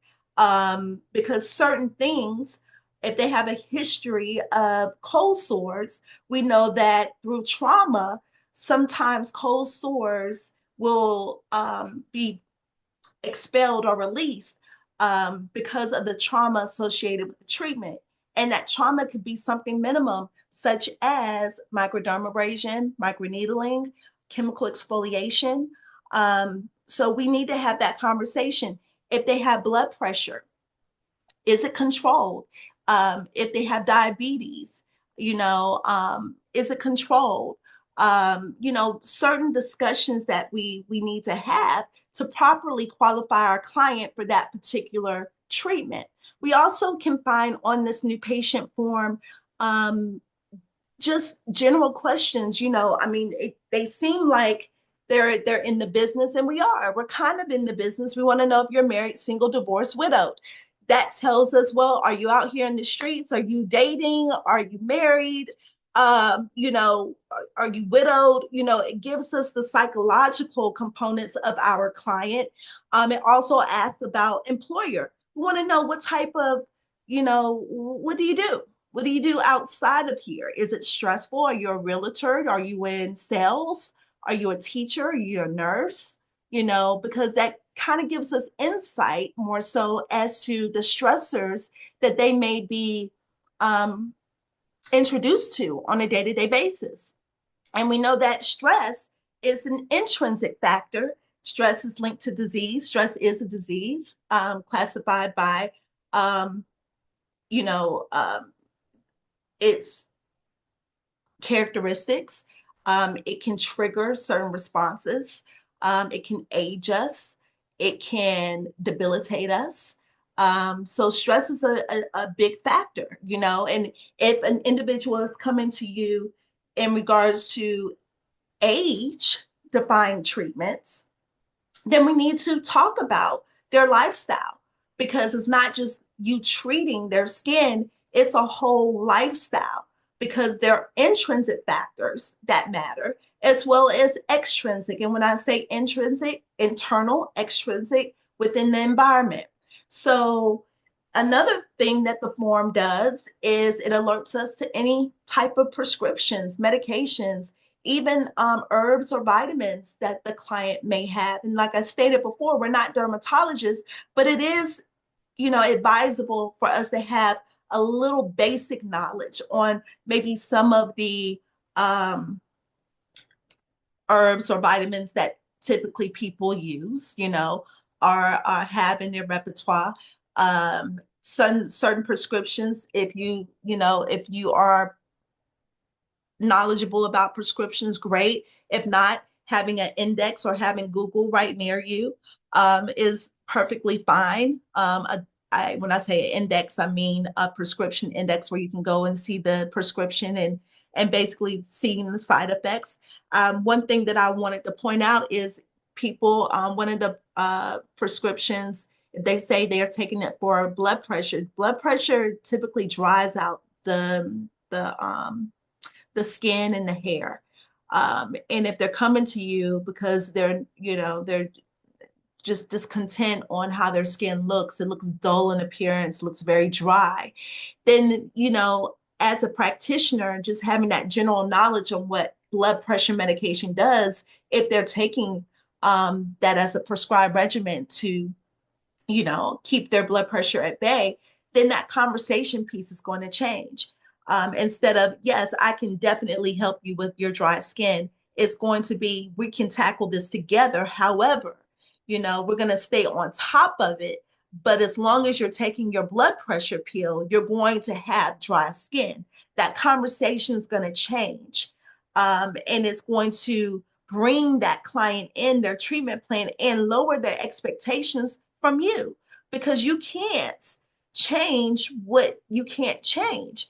And if the blood pressure pills are causing that individual to have dry skin, then by no means can you reverse that as long as they're on those pills. So having insight on certain things that you can and can't correct are really important when it comes to pharmaceuticals. Certain pharmaceuticals like Wellbutrin, okay, a lot of your depressive and anxiety drugs are going to cause photosensitivity, which means as a skincare practitioner, maybe you need to think about or have more conversation in regards to if you're going to be doing a chemical exfoliation or a microdermabrasion, you're removing that lipid barrier or exfoliating that skin to achieve a certain correction to the skin, be it, acne pitting, or you're doing it for collagen stimulation, but you're invoking trauma, removing the skin, therefore signaling the skin to make more of collagen in that particular modality. Um, they may be hyper circulated. They may have um, not photophobia, but have more of, like I said, that photosensitivity to the skin where they just have to avoid the sun when you're doing this particular treatment. Because if they're already hypersensitive because of the medication and you provoke the skin and remove the protective barrier, then 9 times out of 10, they're going to burn. Um, they're more likely going to burn from the sun and have some complications if they stay out in the sun. So not even sunscreen would do what needs to be done for protection. So having that added conversation piece with that client is really important. Also reviewing the form with the client during that whole consultation again alerts you to any contraindications. So if they are a UPS worker and they want to have a chemical pill, now we need to know whether or not they're qualified. Is this a good time for you to? Are you going to be working? During the week when you have the chemical exfoliation. If so, are you gonna? I mean, are you gonna be outside? This alerts us to different conversation pieces that we're going to need to have with the individual. Also, I talked about how those individuals, you may have some that just turn around and, they hurry up and fill out the form. Well, those are my type B personalities. So in my mind, I'm thinking, okay, detail. Either they don't know the link for what I'm trying to portray here as far as the patient registration form and the connection with the service, or they're very impatient individuals and just want to get it done. If that's the case, then my conversation, my introduction needs to be shorter. The way that I present myself, I need to mold myself in order to be um, able to speak to this individual at their level of concentration. Also, when it comes to products, I can't just give them a whole lot of products or that may overwhelm them. So in retrospect, maybe I introduce one product at a time, something that they can do in the shower, get out the shower, and then put the serum on and the moisturizer. I'm not going to overwhelm them with products because they just, it's too much for them. Whereas my type A personality, they may be filling out the form and you may have to check on them 10 minutes later. Be like, you okay? Do you have any questions for me? Oh, no, I'm still filling out the form. Okay, not a problem. If there's any questions that you have, I'm right here. But they're reading every single line. They're very detailed. They're the ones that want a copy of everything. Okay. So with them, I know I'm going to have to bear down, even if I'm not a type A personality, I'm going to have to be a type A personality and make sure that I cross off all those detailed points or be prepared to answer or have a slightly longer consultation for this individual because they're going to have more detailed questions regarding their treatment. Also, when it comes to their product regimen, they can take a little bit more products than my type B personality will. They're going to be very compliant and they're going to do things per the instructions. So, that's one thing that you're picking up when you're doing your skin analysis. What type of client is in front of me right now? What are they presenting right now? How am I going to speak to them? How am I going to construct a treatment plan that works to maximize both our time as we have it together? So those are the things that we're formulating. We're putting those pieces of that puzzle together when it comes to this new patient registration form or patient history form, whatever you have in your practice or wherever you go and they have. This is why we get this information. We're collecting data. We're collecting the information for us to put those pieces of that puzzle together. So it's very important that you do not skip this step. Also within this step, you're going to have your waiver. You're going to have your release form for them to fill out, your consent form. You're going to have, you know, just another page that may have, how did you hear about us? So your marketing aspect. How did you hear about us? What other services are you interested in possibly? So it's a very important form to incorporate within your practice. And you need to incorporate this form within your consultation because it has a lot of information that you can use that will initiate conversation. If you're not a big talker, it can initiate conversation. You can use this form as a guide. Again, you can use it to look at your contraindications to qualify your candidate or your client for a particular treatment. You can get information regarding their marital status, their employer. It's a lot of information that you can get from this form. Is this their first facial? What other services are they interested in? Who referred you? So again, this is a form that you always want to incorporate within your consultation. Any questions on this? All right. Okay. When I say quantify and qualify, I'm talking about how are you determining if this is a good client for you to determine, indicate, or express the quantity or amount of, qualify, to modify or limit in some way to narrow. So, how are we checking our, excuse me, check boxes to know if this is a good client? Let me share a story really quickly. The story is I had a client and I didn't check all my check boxes when I was new. Of course, when you're new, you go through trial and error and you learn from those mistakes. Hopefully, you won't have the same mistakes that I had because I'm sharing the story with you. But when it came to qualifying my client, I thought she was a good client. She was acneic. She had been my client for a period of time. However, I never incorporated really my PHI, my consultation sheet that they were to fill out their medical history form. There were certain things that I would just skip because I wasn't comfortable in talking about it because I thought it was very invasive. For example, if they put, if there were medications that they put on the list and I didn't know what it was, I didn't want to present to my client like I didn't know what it was. I just wouldn't talk about it. Well, that got me in trouble because I qualified someone with a treatment. We decided to do a medical grade chemical pill on her acneic skin.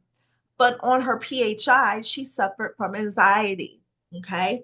Well, anxiety can come in it has different looks, and you never know what can trigger someone to have an anxiety attack or be more anxious than they were previously, and so forth and so on. It's a lot of, different avenues to that. But with chemical exfoliation, I do know, and I did know that she would be a great candidate for chemical exfoliation because she had acneic scarring and we wanted to retexturize her skin. And we both believed that this would be a good treatment for her. Well, I did the chemical exfoliation. And when I did the chemical exfoliation, probably day three, when it came to when the peeling started, I got a phone call and she was definitely upset. She stated that her skin was burning really bad and oozing and weeping. And I said, What's going on? I went over the protocol with her in regards to when her skin started to peel, that she doesn't pull, that she cut, don't prematurely pull the skin and so forth. Well, what happened was this was a trigger for her anxiety episode. So, as her chemical peels started to peel, one piece came off and she could not stop. She had a compulsive disorder with her anxiety. She could not stop peeling her skin. She peeled until it actually just weeped. And when I saw her, I was gasping. I was like, oh my God, like I told you that you were not supposed to peel or pick at your skin. I know, but I couldn't help it. Well, it was on her consultation form that she had anxiety, and I failed. Yeah, I know, right? And I failed to go over that big piece, that huge piece with her when it came to chemical exfoliation. That piece that should have been included within that conversation should have been, what are your triggers? This peels. So you literally will have skin coming off. Do you think you can handle that? Okay. Instead of starting her out at a medium depth peel, maybe I should have started her out as superficial to see what her behaviors or what behaviors would manifest from her prior to, right, putting her into a category of deep peeling. Well, she did heal, but that was a big learning experience for me and for her when it comes to qualifying your candidates. Sometimes, you even though they look like they're good candidates. Mentally, you need to know psychologically if they can handle what's to come. A lot of times, plastic surgeons, they do rhinopectomies, which are facelifts. And they talk about, oh, the results, the results, the results, the results, the results. And not a lot of time is spent on the recovery, the recovery, the recovery, right? So the reason why they do that is because they don't want to deter that individual from that surgery. They want them to sign up. They want to be able to do the service. They want the money, but then it's detriment to the patient when they're like, what have I done? Because it was so much emphasis on the look and what's going to be achieved that the middle part was shrunk down to absolutely nothing. And that part that was shrunk down to absolutely nothing is severe swelling, isolation, pain, you know, those things. And so a lot of the common denominator that I hear from a lot of people that have had facelifts is, oh my God, had I known, I probably would not have done it. And maybe that's why they don't talk about it, but it needs to be talked about because they go through a period of depression because they're like, who is this person that I'm looking at? Is the swelling going to go down? And, it takes about 18 months, 24, 2 years for them to get to the actual look, that they were trying to achieve. But that 12 to 18 months for that swelling to really go down significantly, it is a process. It is not something that, I get my face done and then I'm perfect. No, it's a whole process. And so when we're talking about qualifying and quantifying our clients, we're talking about how many clients have we done this on? Okay. What are the risks associated with doing this particular procedure? And do the benefits outweigh the risk for this client? So if I were to do it differently for that client that had severe anxiety with compulsive uh, with that compulsive disorder, I would not have done that medium depth pill until I gained enough knowledge on what provoked her, what was her triggers. Okay, because when you get into more clinical, invasive type of therapies, like altering things, like even chemical exfoliation, there is social downtime. There is a period of what have I done? Is my skin going to look better? It has to go through a process in order to achieve those results. And so having that conversation with your client is essential. It's so needed because if you don't, then you're the bad person. And also, when we're talking about speaking to the client about a procedure, it's one thing to say, yeah, I can do a chemical pill, but we talked a lot about the stratum corneum for a reason. I can do a chemical pill, but now why am I doing this pill? What am I trying to achieve? How is the skin presenting? Is it healthy enough for me to provoke this type of damage? Or do I need to build it up first and then break it down? How am I looking at the skin? How am I qualifying this candidate? Is it the right candidate? Is it the right product? Is it the right modality? All of this is important in understanding how to devise your treatment plan. It's very important. All right. Any questions on that? And, we can stay on this all day because it's an all day topic, but we need to move on. But if there's any questions, any comments, this is really a big topic because you don't want to over exceed your expectations because everybody's skin is unique. And one thing I also want to say is being able to really get that client to understand the connection between that medical history form and what you're doing, it takes some time. Um, And that is very essential and a big tool that you're going to be using within your skin analysis protocol. And disclosure. A lot of times clients don't disclose the things that they need to because they don't understand the connection. So my challenge to you is when you are speaking and communicating to your client, that you really emphasize that they disclose everything pertinent for this visit, because if they don't disclose certain things, that can create an environment where an adverse reaction can occur. Um, and also, I challenge you as well. If you don't know something, that doesn't mean that you're not competent. That means you just don't know it. Write it down, research it for their next appointment so that you're better identified with the challenges that are presented with that particular condition, and opposed to just running away or just avoiding it altogether because you're not familiar.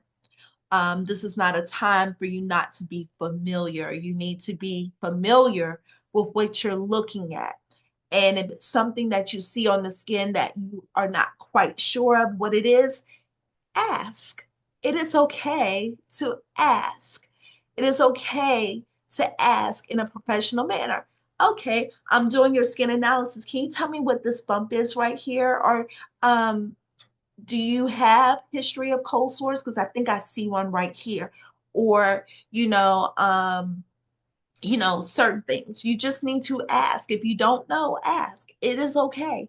Does not mean that you're incompetent. It doesn't mean that you don't know your craft. It means that you don't know what you're looking at. So make sure you ask. That's important. All right. Any questions? I really want y'all to see my skin analysis.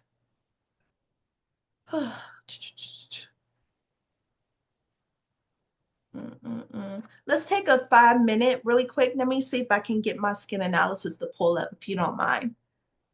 All right, so just give me 5 minutes.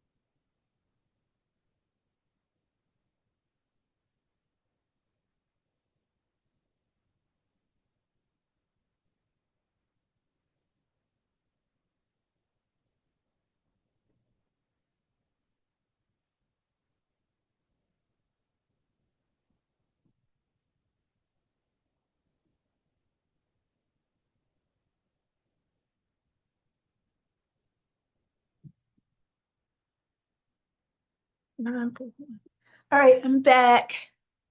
Okay, is everybody back? Give me a thumbs up if you're back.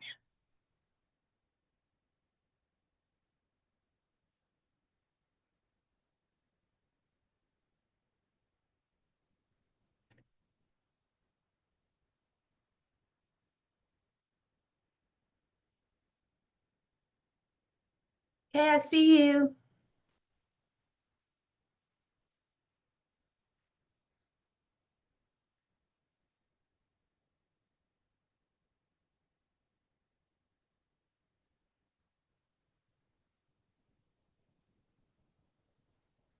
Sherry, what did you say? You couldn't hear me? I didn't get that. Could you try again? Oh no, you're crazy.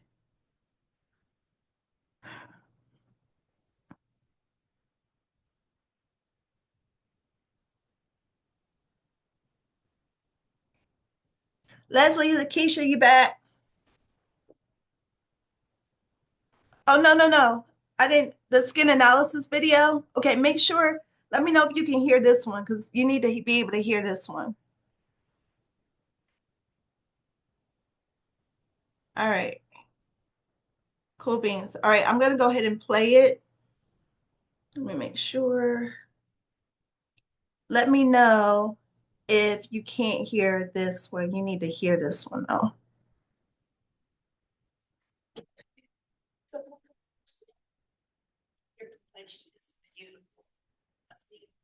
Can y'all hear it? Thumbs up. Can y'all hear it?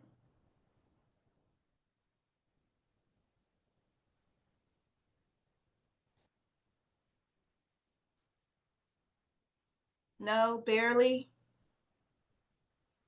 Barely, no. Okay. Huh.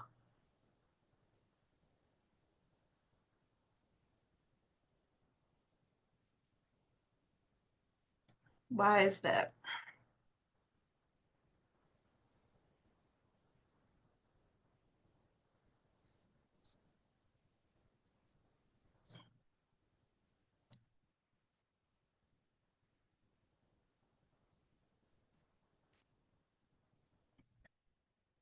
Hmm.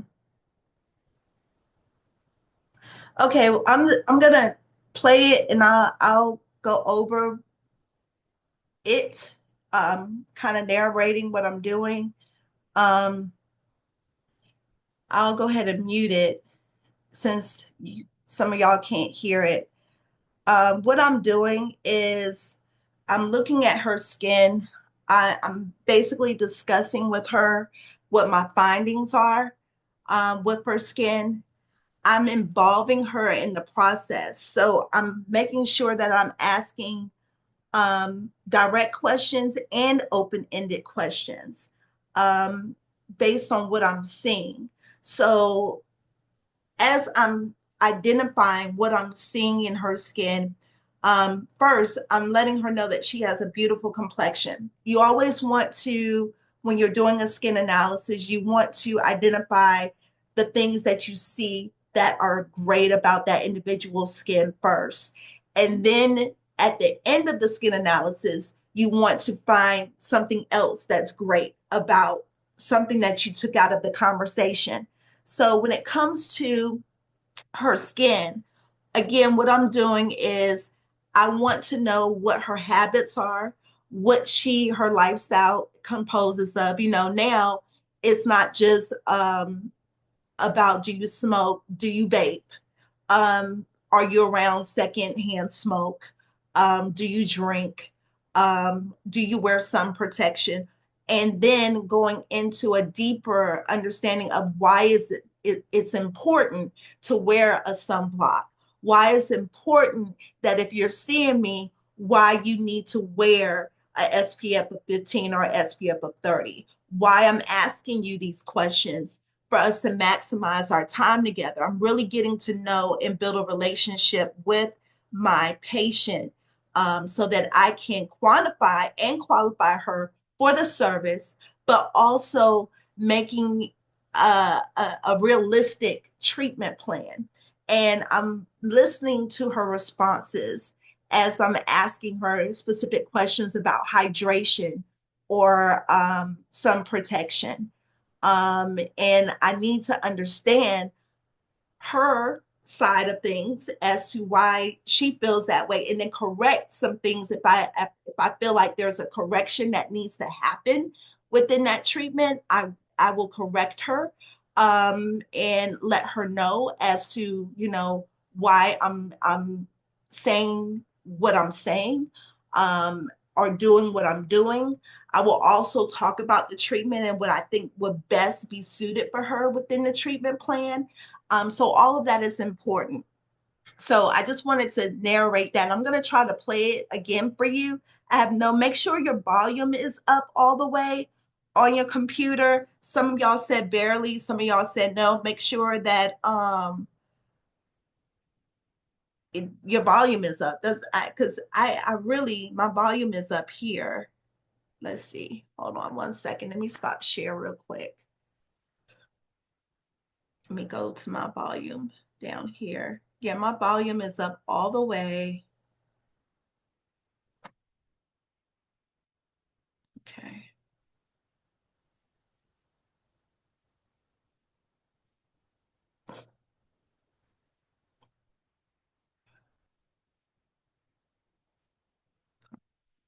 And now I have this on mute.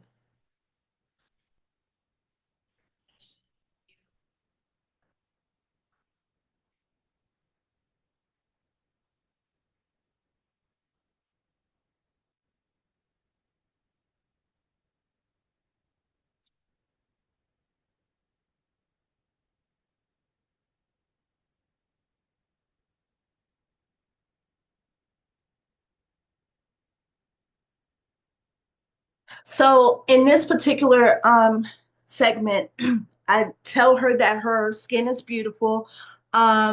It's, has a lot of luminosity, is vibrant.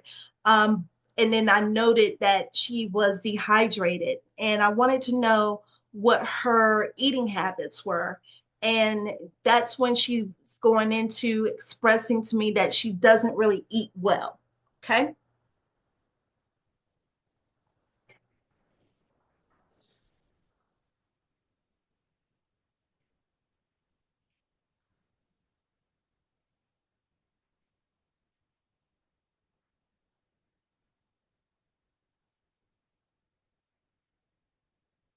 So I then asked her, she said her favorite foods that she eats is carbs. So she loves rice. And the reason why that's important is, again, just wanting to see, if she's taking in all of her proper nutrients in her food groups. And usually we don't. We typically go for what we like, and we don't eat what we don't like. That's just human nature. Um, and so I wanted to know, again, still on her diet, I wanted to know how often she goes number two. Why do you think that's important for me to ask as far as elimination? You can put it in the comments, or you can unmute your microphone. Although it's invasive, I am getting into the business. However, it's still related to the skin. Why is elimination important for me to ask?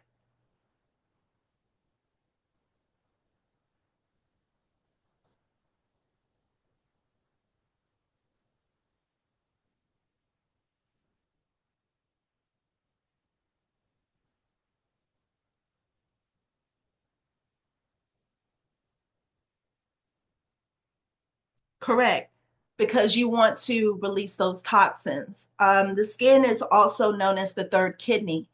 And so when there is issues with the compensation of all the other, if something is not compensating the way it should internally, to remove the toxins, that be your liver, that be your kidneys, all of the excretory organs that relieve or excrete toxins, if they're not doing what they're supposed to do, that skin is going to then take on that responsibility and release those toxins. So asking your client about their elimination is really important doing the skin analysis. You want one, it tells you whether or not their GI is regular, one.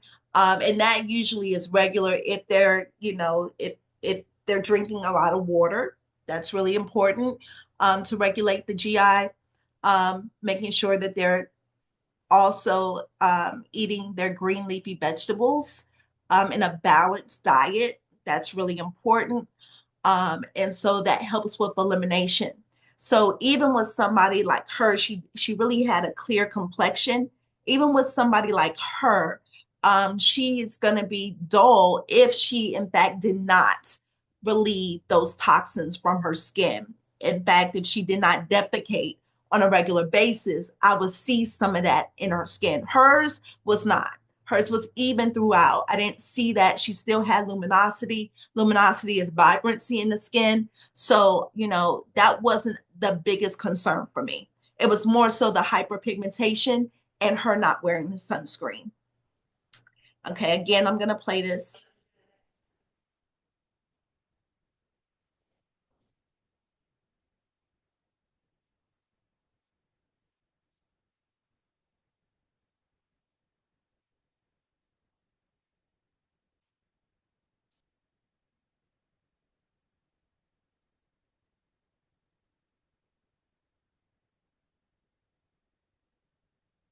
Okay, so I then asked her, tell me about your product usage, what you're using for your skincare regimen.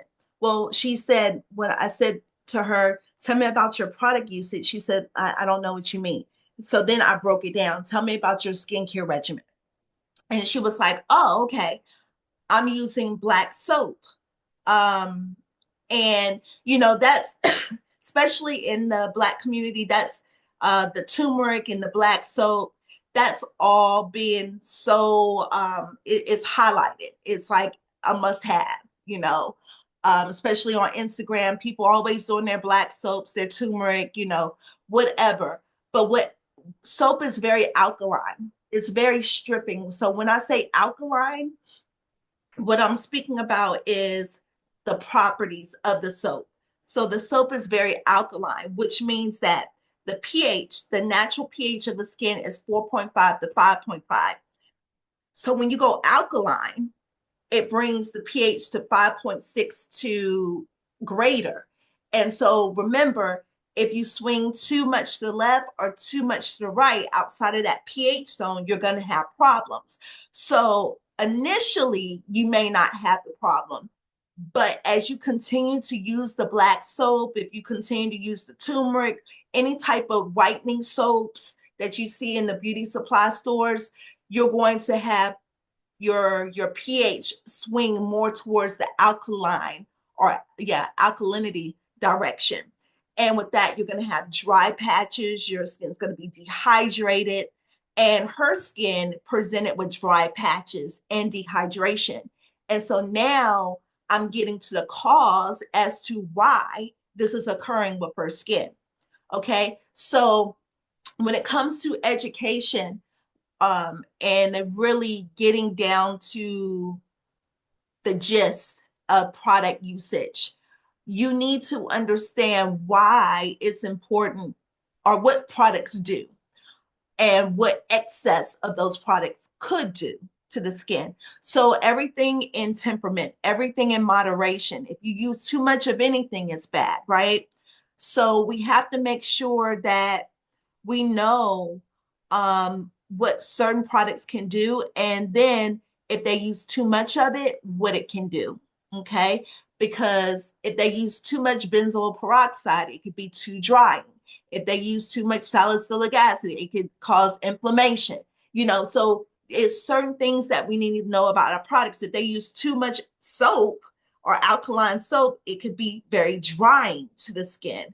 So we have to make sure, and remember, with being dry, that means that our corneocytes are not being held together, which means our moisture is being rapidly evaporated from our skin, which means that our bilayers now are not performing at an optimum level, which then means that everything is slowed down in our proliferation, how our cells divide.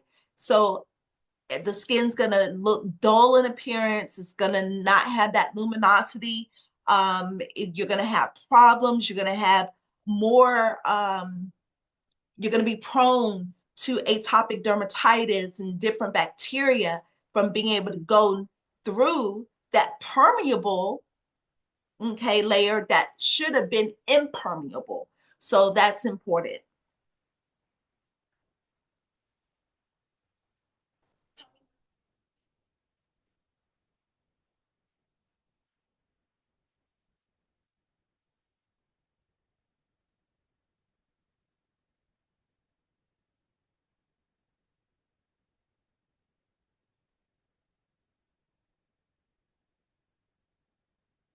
Okay, so she's using, I asked her specifically in detail, tell me when you wake up in the morning, what do you put on your skin? At night, what do you put on your skin? So she's using black soap and she's using the kojic acid soap. Okay, so this tells you that there's not oversaturation of estheticians out there. There's knowledge that needs to be given to our community, especially for those that just they see a concern and they hear this can fix it and they buy it, and opposed to being properly trained on how to use it. So there is a window of education or opportunity for educating our clients on proper product usage. So, I didn't stop her. I didn't say she was wrong. I want to know the whole story. I want to know exactly how she's using her product, because every time she talks, I'm able to get a piece of that puzzle to help me understand in clarity what needs to happen today. What do I need to tell her to stop immediately? I'm not interrupting her. I want her to think about what she's using so I can help her. But if you don't communicate and if you don't ask the specific questions that you need to ask, so for instance, I'm going to give you an example. Do you wear sunscreen? That's considered a broad question. The answer would be yes. Now, if I ask, do you wear sunscreen? What type of sunscreen do you wear? And what is the SPF factor of your sunscreen? And how often do you apply? Do you see how you're going to get more information than do you wear sunscreen? As a skincare practitioner, you have to get exact information. That's very, very important, because if you go into it too broad, you're going to get a broad answer and you're not going to be able to really quantify what you need in order to correct, or even analyze whether or not it's being applied correctly. You just know that your client wears sunscreen. And so many times I've heard people in the consultation phase ask that general question and then move on. That is the main responsibility that we have. We have a responsibility to make sure that we help our clients take a proactive approach on not to get skin cancer. Okay, that proactive approach is preventative. That is something that we can instruct and educate our clients on how to properly do it, because not until recently, and we don't really see them a lot, not even in the wintertime, do you see a sunscreen commercial, do you? But we still need to wear sunscreen in the winter. We still need to wear sunscreen when it's raining. We still need to wear sunscreen as prescribed. We think that we're smarter than the sunscreen, so we'll just, squeeze it out, put it on, and not even read the instructions. There's a difference between physical sunscreen and chemical sunscreen. A lot of your physical blocks are thick. A lot of people don't like to to wear them. Those are your titanium dioxides, your zincs. They feel like, you feel like there's a mask on your face. The chemical sunscreens are what people like. Those are, they're chemically designed to screen, let me say that again, screen out UV rays. So think of a screen door. Think about your grandmother's house or a screen door. When you have a screen door, it lets some of the wind in, but not all the wind, keeps the bugs out, right? So it screens things. So when you have a chemical sunscreen, you still have the potential of getting some of those UVA rays, UVB rays, UVA rays, UVCs, okay? So you're screening out a lot of it, but you're still getting some, okay? Also with chemical sunscreens, a lot of times in the directions we don't read, but it says apply 15 minutes prior to going outside. A lot of times we have sunscreen in the car that we just put on. That's not effective. We have to be able to read our sunscreens, because if we're not applying 15 minutes prior to going outside, what's happening is the sun is changing the chemical composition of the sunscreen, and that's where the debate is, and that's why it causes carcinogenic. It has carcinogenic factors associated with sunscreen, because it manipulates or changes the chemical composition of that product.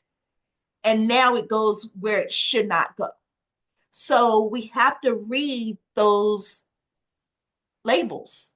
We can't be smarter than what we think. It's not lotion, So, and then with sunscreen, we know to press, we don't massage in, because it's not supposed to be massaged in. It's supposed to be pressed on the skin to cause or to have that outer absorbent factor for the sun. Any questions on that? Yes, Lakeisha. You have your hand raised? Yes. Okay. Okay. I have two questions. Uh-huh. So one with the sunscreen. I know you were just explaining the physical one. Uh-huh. How will we know? Okay, so I know it's the chemical and the physical. So what is the difference, and how will we like recommend or distinguish the difference when we So explaining it to the customer? so you and that's a great question. So you want to, with the chemical sunscreens, basically with the physical, you only have your titanium dioxide, you have your zinc, and then there's one more ingredient in your physicals. So you have three ingredients. With your chemicals, it's all of those words that you can't pronounce. I mean, that's basically the gist of it. It's all of those words you can't pronounce, and it's an SPF factor. Your physicals are blocks. It's not going to have an SPF factor. It's just going to be a block. Your chemicals will have a broad spectrum and an SPF number. That's one of the two ways that you can decipher. More chemicals that you can't understand or read. There are more than three. They have an SPF number on there, and they come in broad spectrum. Does that make sense, Lakeisha? I guess it's blatant it does, but how does that? How will we with skin type? Does it matter with skin type, or is it a preference thing? It's a preference thing.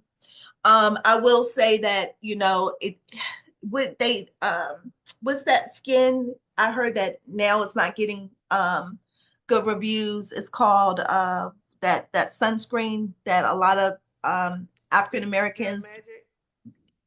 I think what I was heard it? that. It was I don't think it was called Girl Magic, but it what was it called? Is it black girls wear sunscreen? Yeah, something like that. They're trying to come up and formulate um different types of sunscreens for our complexion, because what it has a blue hint to it when we use our physical sunscreens, and it really dampers down the complexion. For our physical, we look like Smurfs. So we really have to heat it up a lot and really cause a lot of friction and then, apply it. Black girl sunscreen, something like that. I think y'all were right. Y'all know what I'm talking about. Um, but that one had gotten some good reviews. And then I heard that later on it caused the skin texture, or it compromised the integrity of the skin. People started getting breaking out or something with that. So if they're really, it's going to be by preference. It's not going to be by skin type or anything of that sort. They do, some product lines have, like I know Dermalogica has a sunscreen that's not oily in consistency for acneic skin type. Um, I I really like the Dermalogica sunscreen. I'll get that for you for next lecture, or I'll email that out to you. It's a chemical sunscreen through Dermalogica, but it doesn't leave a cast type of feel on your skin. It doesn't leave us blue, regardless of what type of complexion. Like for her, she's darker skin. So I have to really, when I'm putting the physical sunscreen on her, I would mist over her and then do Topodamate to really, get some of that blue cast away. But I know protection is really important, so I still do it.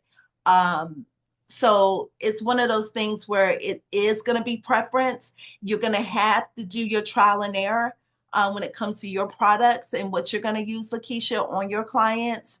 It could be their preference. I have certain clients that, they're like, all I want is this particular brand. I'm like, okay, as long as you use it and reapply the way that you need to. So there's no right or wrong answer to that. Just reading the instructions is a right answer. Reapplying is a right answer. And make 2 or 3 recommendations for your clients. And you can go on the Skin Cancer website, and they also have a list. I think it's skincancer.org. Go to sunscreens, and they will have a list of different sunscreens that are highly recommended. PCA has a good sunscreen. I think it's called Ultra Sheer. They have a good sunscreen too. So I will give y'all 3 of my top sunscreens that I like, that don't really cast away on my clients' complexions during the service. And Kimmy, what about the sunscreen that's incorporating the moisturizer? Okay, great question. I'm glad you brought that up. That is, I'd rather for them to use something rather than nothing. But if it says, if it's incorporated within the moisturizer, then know that it's diluted. So if it says SPF of 15, it's probably SPF of 7 or 5. Okay, because it's gonna lose its efficacy once it's gonna be compromised with that mixture. But again, if that's something that they are using and they're stern on it, I'm glad they're using something. It's better than nothing at all. However, I would recommend that they use 2 separate moisturizer and then sunscreen.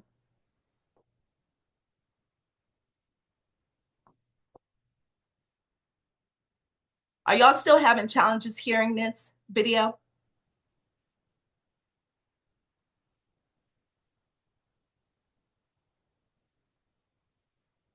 Oof.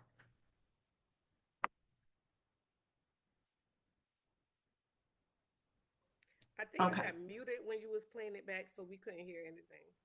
No, I did mute it, but did you hear it? Did you hear some of it? No, I did No, not not. really. Okay. All right. So, I don't even know if it's, well, let me do this. Let me unmute it. Now go ahead and finish talking.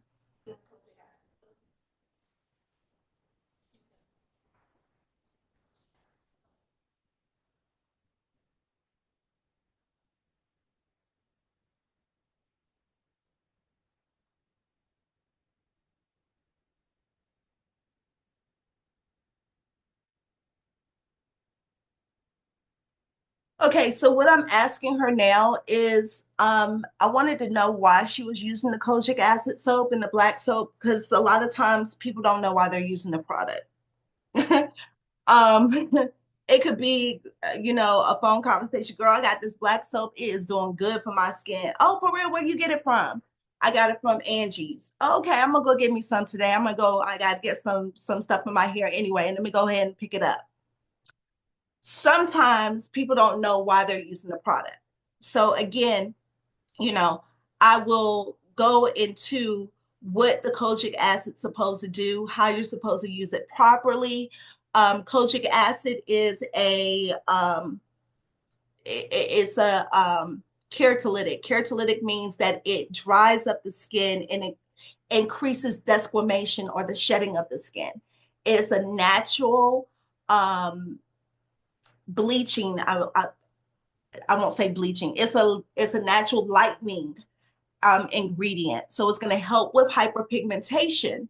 It also helps with tyrosinase, and it inhibits tyrosinase. Tyrosinase is an enzyme that basically makes pigment. So when we say tyrosinase inhibitor or pigment inhibitor, we're trying to introduce a product that's going to lighten and then turn off the enzyme that makes the pigment so that we can reverse the hyperpigmentation.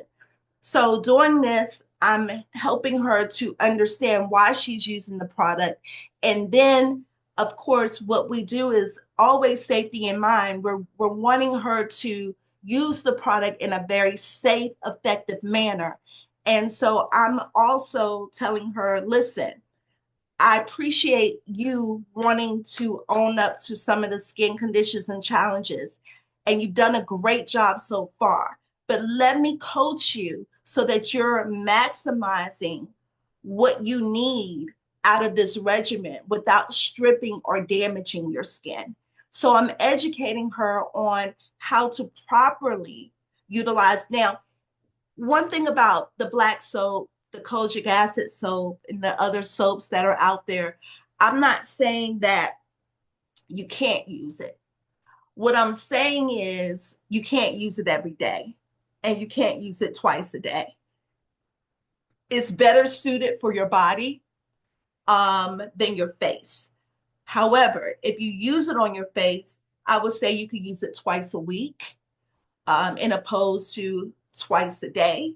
You give them, you don't just take everything away. You give them and empower them to utilize the knowledge that they have, but you're devising it in a regimen that makes sense to them, that they're able to understand why they would not, use this every day, why they have to limit utilizing the soap twice a day, so that their skin can recover. If we continue to strip, just like going to the gym and working the same muscle groups over and over and over and over and over and over and over again, we wouldn't do that. We would not do that. So we would go to the gym, work out that particular muscle group, and then rest. Okay. If we went the next day, that's fine, but we would do a different muscle group. We would not work out the same muscle, because what happens is you will create fatigue and it will slow down the results that you're trying to achieve. So we have to make sure that we understand this logic as skincare practitioners when we're devising that treatment plan within the skin analysis. So when we're talking about the skin analysis as a whole, I'm going to stop sharing right now. When we're talking about the skin analysis as a whole, and we're going to take a 30-minute at 1:30, you guys. So when we're talking about skin analysis as a whole, we're talking about getting the pieces of everything that I need in order to make a good decision on what I want to incorporate within the treatment plan, and then what I want you to do at home. That's as simple as that. Now, in order to get what you need, you have to have that foundation block of what you're looking at. Why the why to everything. The why it's important that you don't do this. The why it's important that you do this. The why it's important that you come to your appointments. The why, and the why not.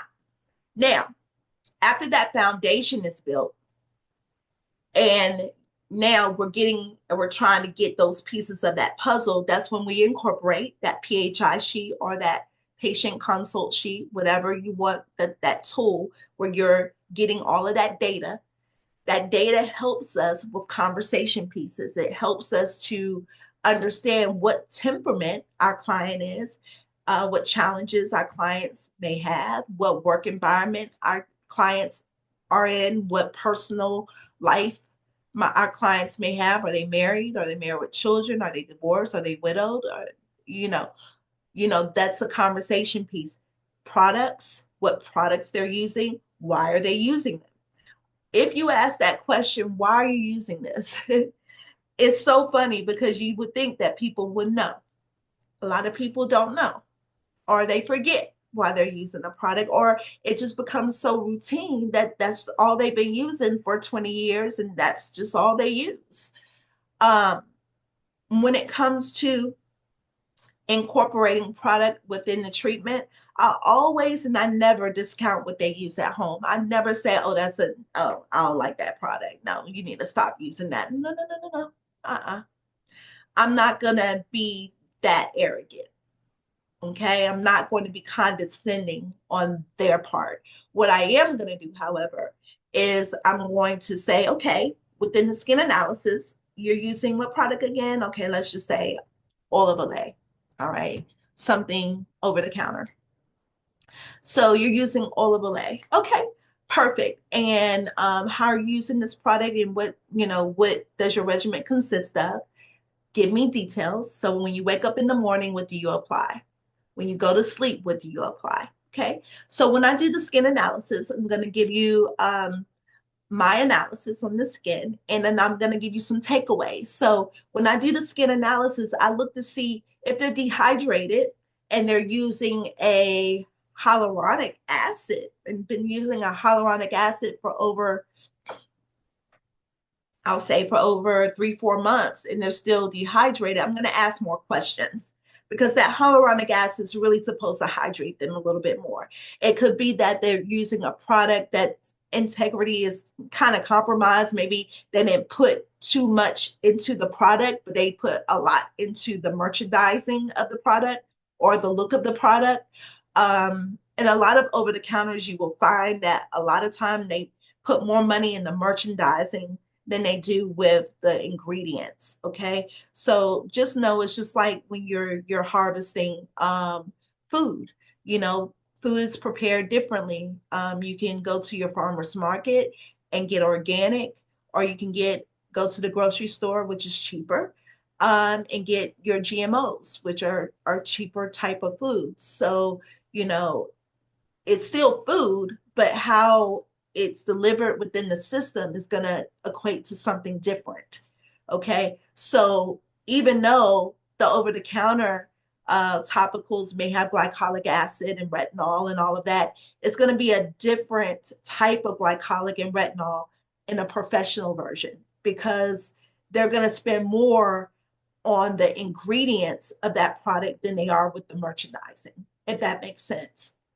So when it comes to, their products, I'll just let them know, like, okay, I still see some dehydration or dryness within your skin, and you've been using what moisturizer, and tell me what serum you're using again. Okay, we're going to go ahead and incorporate this serum instead and this moisturizer to see if I can bring the balance back to your skin, because what you're using is not quite doing the job. I'm not seeing where the skin is benefiting from this product. And it may just be time for you to change that product, or maybe it's just not the right product for you. So instead of saying, oh, no, let's just remove the whole line, you can incorporate 1 or 2 items every time they come or every other time they come. Just know your client. But it's okay to say, well, this is just not doing it for me.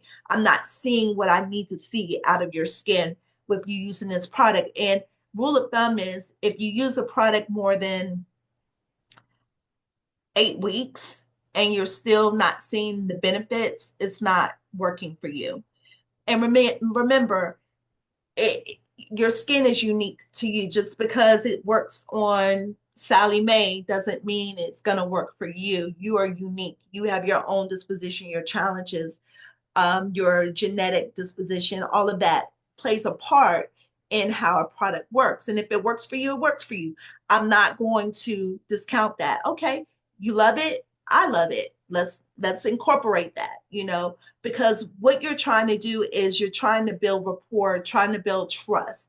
But if a client tells me, no, I'm going to keep using this, okay, you can keep using it, but it's not benefiting you. So if you want to keep using something that's not benefiting you, that's fine. However, I cannot guarantee that I can give you or bring you up to this point without you complying to that regimen. It's okay for you to be assertive professional, because if you don't, then you're going to be having unrealistic expectations. That's just like somebody coming to you and telling you, oh, I want you to change my skin, but I don't want to use any of your product. I already know what I'm going to be using. Well, I don't know that product, so I can't really gauge how you're going to respond to this treatment because there's nothing for me to work with. And let that client decide, or you decide for that client. Maybe this is not the best fit for you. Maybe it's not the best fit, because I like to be involved with my clients' care, and I like for them to be compliant so I can really produce and maximize the time that we have together to achieve those results that we're looking for. Okay, so any questions on, that was a mouthful. We did a lot, skin analysis, and that's something that you're going to continue to do. What I would like to do is with this particular group, Lynn Ross is my mentor.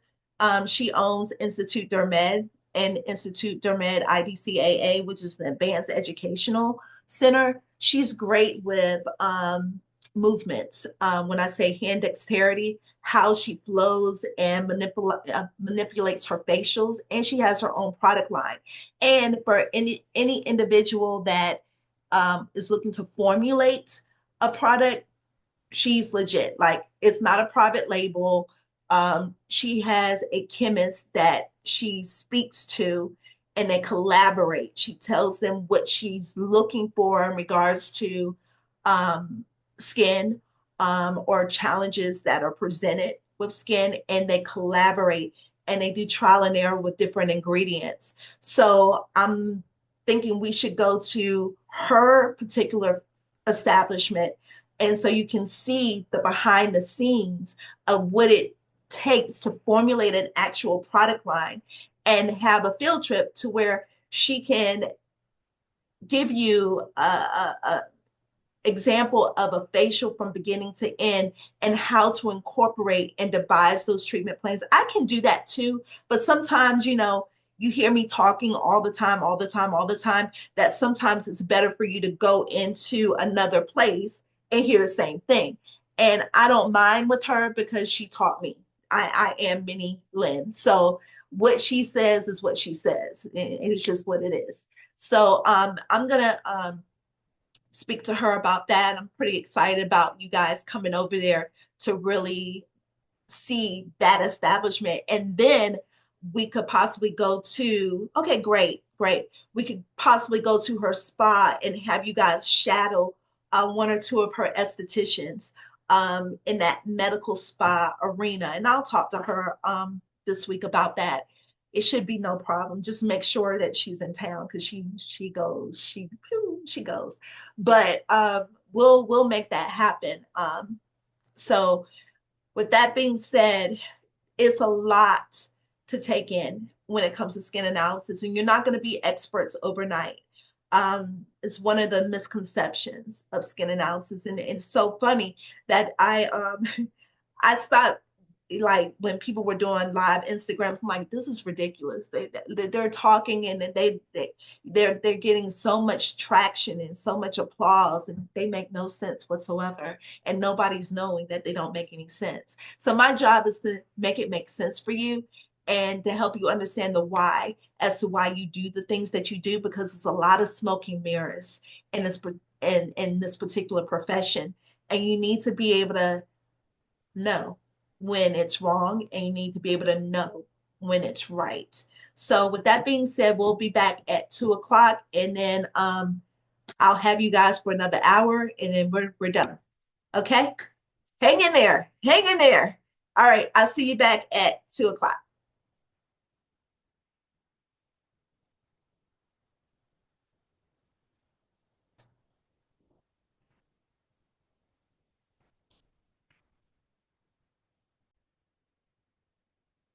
Okay. I'm gonna go ahead and start. Almost there, almost there, almost there.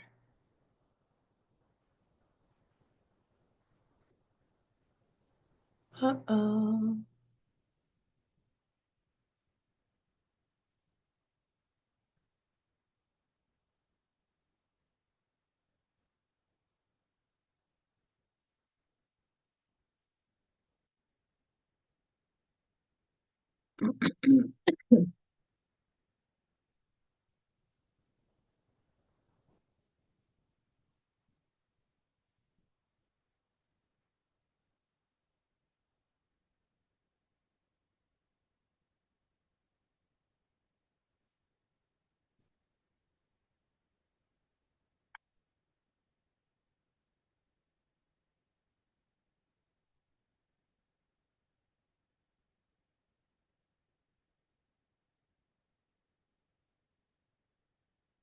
All right, so we're in the touch of our skin analysis. So looking, observing what we're seeing, we're going to go over some diseases, conditions of the skin to make you more familiar of what you're looking at. But that's a big, huge part of skin analysis is, and you can't hear me, because I'm muted. Let's see. Let's see something. All right, there we go. I'm just a talking. All right, we're almost there. All right, so we're in the, what I was saying was we're in our look, touch, communicate, conducting a proper needs assessment. So when we're looking at different challenges of the skin, we need to have a grasp on what we're looking at. Okay, a lot of times we don't know what we're looking at, and that's when I may mention of when we see something of the skin that we're not quite sure of what it is. It's okay to ask. It doesn't necessarily mean that you're incompetent. You just don't know. So we will familiarize ourselves with the different conditions of the skin, um, knowing, I'm sure y'all know the difference from a pustule, papule, a nodule, a cyst. Um, we'll talk about the scromias, which are hyperpigmentation. We'll talk about moles versus skin tags. We'll talk about the papulosa, which is, it looks like a mole, but it's like Morgan Freeman. Remember Morgan Freeman having all those different, it's very prominent within the African American or global shade race. It's called the Scromia papulosa. It's not a skin tag, it's not a mole, it's a genetic disposition that's characterized by like flat brown lesions on the face. Um, so we'll talk about cherry angiomas. We'll talk about telangiectasia, tasia, however you want to say it.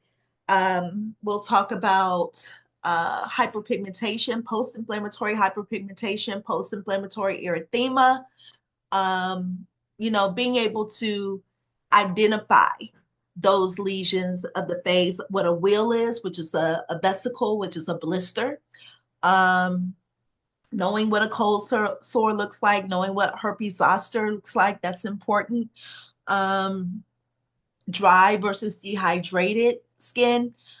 So we'll get familiar with all of that. And then touching the skin. Touch is so important.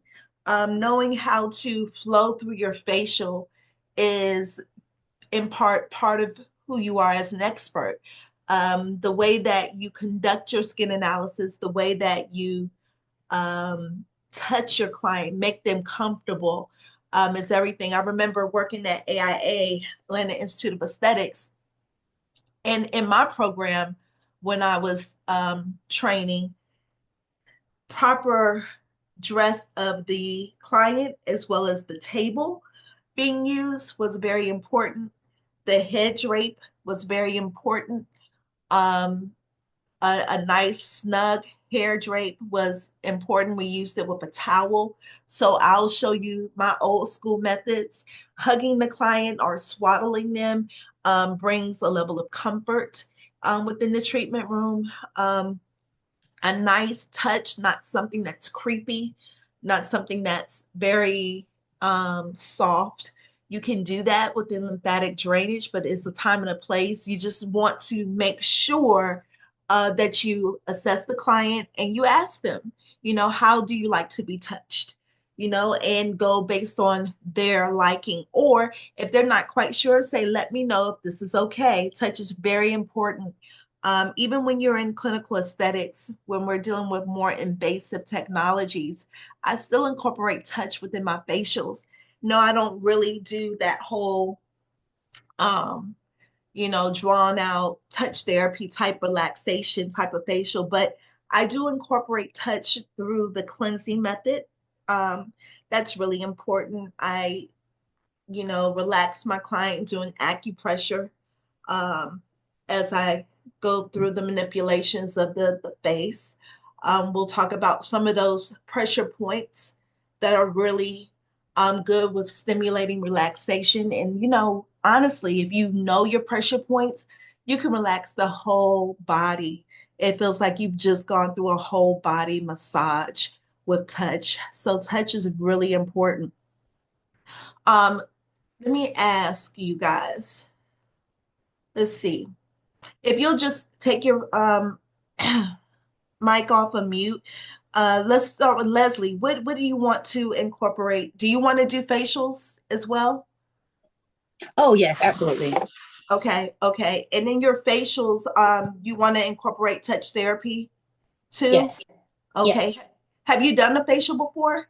yes. Okay, okay. I just wanted to know. Okay, cool beans. And who else do I have? I have y'all on my computer is sharing. So somebody else tell me who else was it? Was it Lakeisha? What do you want to do? You're an esthetician. So do you want to focus? How do you want to focus your discipline?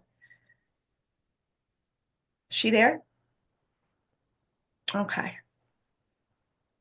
I'm here. This is Shari. Oh, okay, Shari. Go ahead, Shari. How do you want Um, to focus your discipline? Okay, so I'm an esthetician too, and when you just said, um, do we want to focus on touch? Are you talking about during the facial treatment in itself, or just Well, overall? like overall, like just there's some individuals that just do touch therapy, like relaxation type of facials. Or are Um, you, or do you want to incorporate both, or are you just more interested in the clinical? We call it either burn and turn, incorporating both, or more relaxation. Have you thought about it?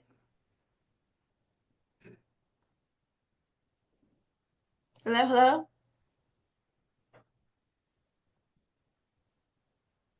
Did I lose you?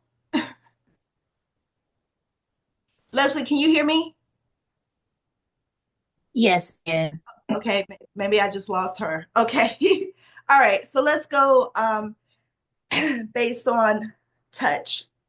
So when we're touching, I can hear everyone. Okay, perfect. So when we're touching, there are different things that we're looking for.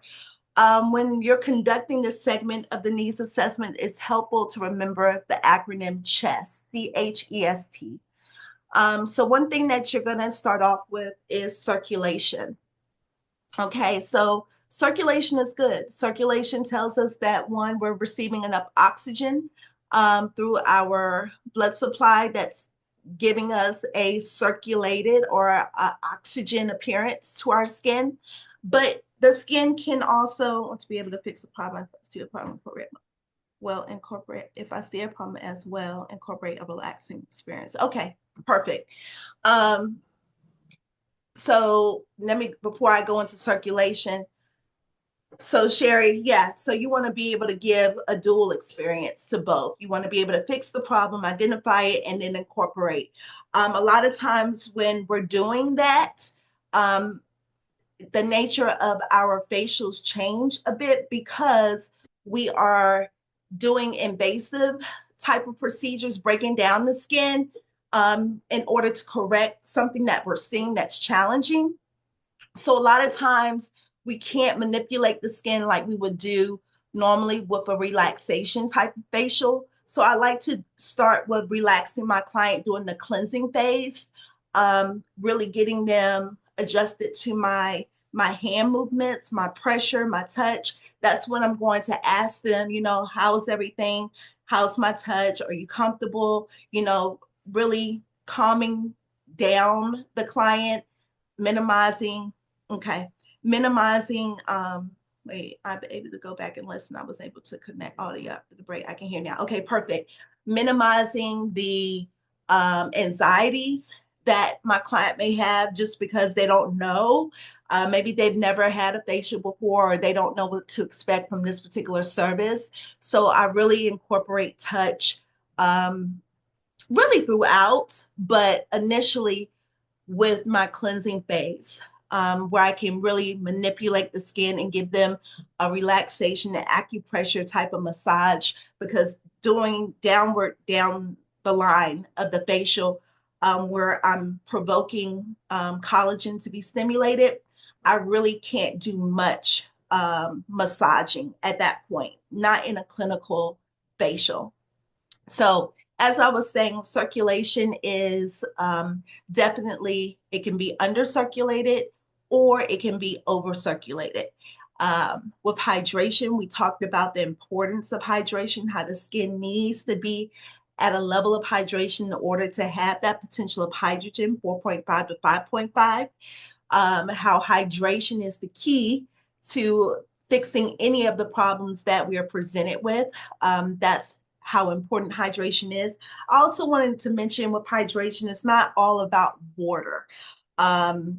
Even though water is a big part of it, we do, our bodies are encompassed with 70% water, 75% water.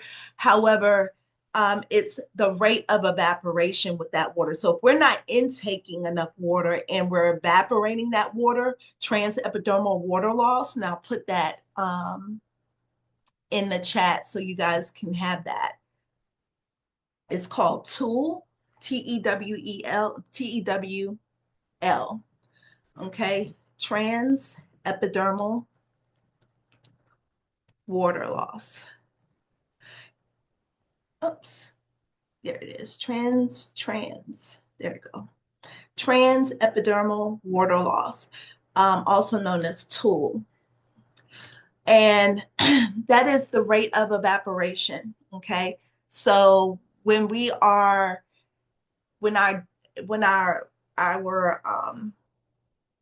am I trying to say? When our stratum corneum is not secured through the intercellular matrix, through desmosomes, through the filaggrin, if we're missing those components that are composed of the dead skin cells, the keratinized dead skin cells, then we have a rapid loss of TEWL, which is water. And we know that that's going to hinder the pH of the skin.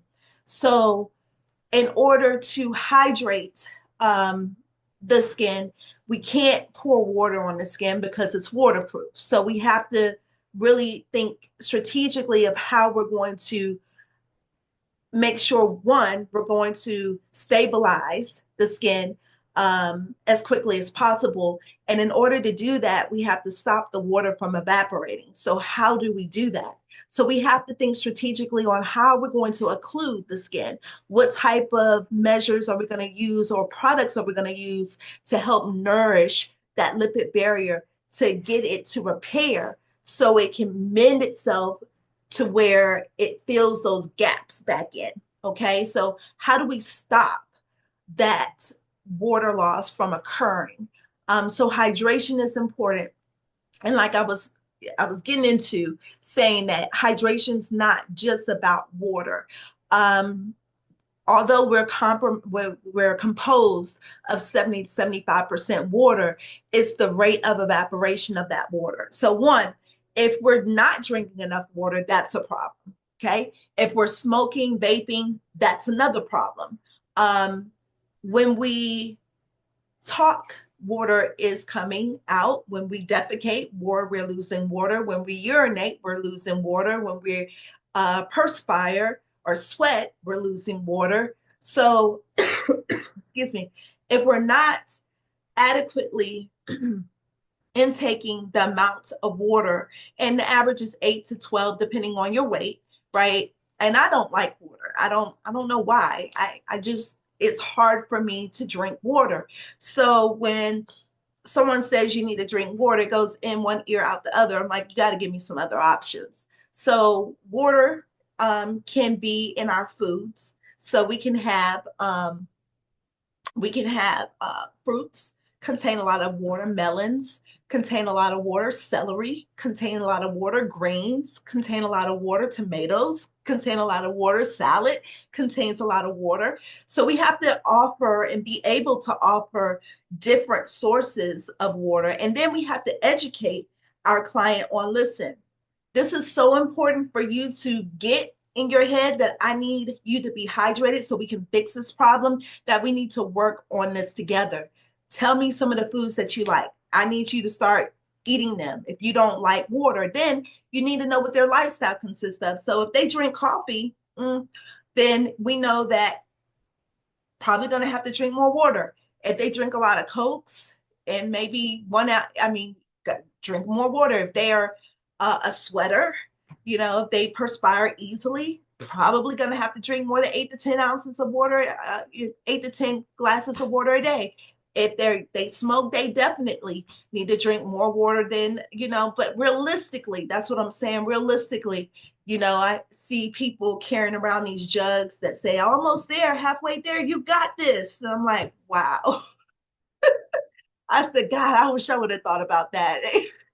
Everybody has those jugs. I mean, what a marketing thing. I mean, goodness. Something that, and have y'all realized things that are real simple make the most money? It's just, I'm like, I got to stop thinking up here. I got to start thinking down here a little bit. But I'm like, all these jugs that like halfway there, almost there, you got this, pal. One more, I'm like, gosh, just a lot of coaching because a lot of people don't like water. So with that being said, coach your clients on other ways that they can obtain their water. And then as a skincare practitioner, having the necessary tools and products that will help to occlude the skin. Okay, so we have different types of moisturizers. We have moisturizers that are light. We have moisturizers that are heavy. We lose a lot of water when we sleep. We do. We lose a lot of water when we sleep. So maybe incorporating a thicker moisturizer at night for your client, and a thinner or a lighter moisturizer, not thinner, but lighter moisturizer during the day would be an alternative to help with some of that water loss. If they are, detoxifying, oh my gosh, a lot of people are on these detox regimens, detoxing. They're losing a lot of water. I've never seen anybody that's detoxed that looks good while they're detoxing. Why? Because they're depleting everything out of their body. And they're drinking a lot of water, but a lot of it's coming out too. So, People that are detoxing, you really want to educate them on, listen, you just need to have water within you, period. But hydration, everybody's going to be slightly dehydrated. It is what it is. They're always going to be slightly dehydrated because we don't incorporate enough water. And depending on the environment in which you live, if you live in a very humid or dry environment, you're going to release water differently. But hydration is definitely key to a part of what we need in order to correct a condition. So that's important. Okay, let's see. I'll go back to my screen. All right, elasticity. All right, so we want to know the bounce back of the skin, the Tugor, Tugor, Tugor, or the bounce back, the laxity. Okay, and that basically tells us how the collagen is in that particular area of the skin. Is it abundant? Is it degraded? Are they aging gracefully? Are they not aging gracefully? You know, and elasticity doesn't mean that just because you're 25 years old that you're not aging or you don't have premature aging to your skin. It does not have a age factor associated with it. It's more lifestyle and genetics that are associated with elasticity. So you'll see more global shades. We tend to age more gracefully because of the skin pigment. You know, it's not absorbed as abundantly as it would with a Caucasian person. That's why they're able to lay out in the sun, because the heat doesn't reflect off of their skin. It absorbs. Whereas the darker, the more color that we have, more melanin that we have, the sun will reflect off of our skin, making us hotter quicker. We can't stand it for long because we'll sizzle, okay? Whereas a Caucasian, a lighter global shade will be able, or Fitzpatrick will be able to sustain that because they don't get hot as quick. So that's why you don't see a lot of people of global shades. When I say that, African Americans, darker Indians, things of that sort, out laying out in the sun. It's just too much. It's too hot. But that will break down elasticity. So your number one culprit to aging is UVA. And UVA comes from the sun. Okay, that's your number one culprit to aging. And so, with that being said, the more that you are engaged in that particular lifestyle, the quicker you are going to age. And how that works is, everybody's heard of free radicals. And if you haven't, free radical basically disturbs the cellular communication of that particular cell. So a cell is born to do a certain job. Okay. I think of my cells as ants. An ant basically has a certain job to do. A soldier ant has the work of a soldier. Same thing with cells. Cells have their own specific job to do. And when UVA is absorbed and it goes past, okay, first of all, I want to explain the process. So when we're exposed to the sun for long periods of time, our skin starts to initiate a signal that we have too much UVA within our skin. And that's when we start the tanning mechanism, which is UVB. Okay. UVB initiates our tan. So it initiates pigment to come to the surface to help to try to absorb some of the UVA that's being absorbed within our skin, attaching itself to the DNA, causing confusion and really causing destruction and the communication of the cell. So our body will respond by releasing pigment melanocytes. So the tyrosinase, which is the enzyme, remember enzymes create, they're the catalyst. So the enzyme tyrosinase is signaled and it will produce or tell the melanocytes to produce pigment.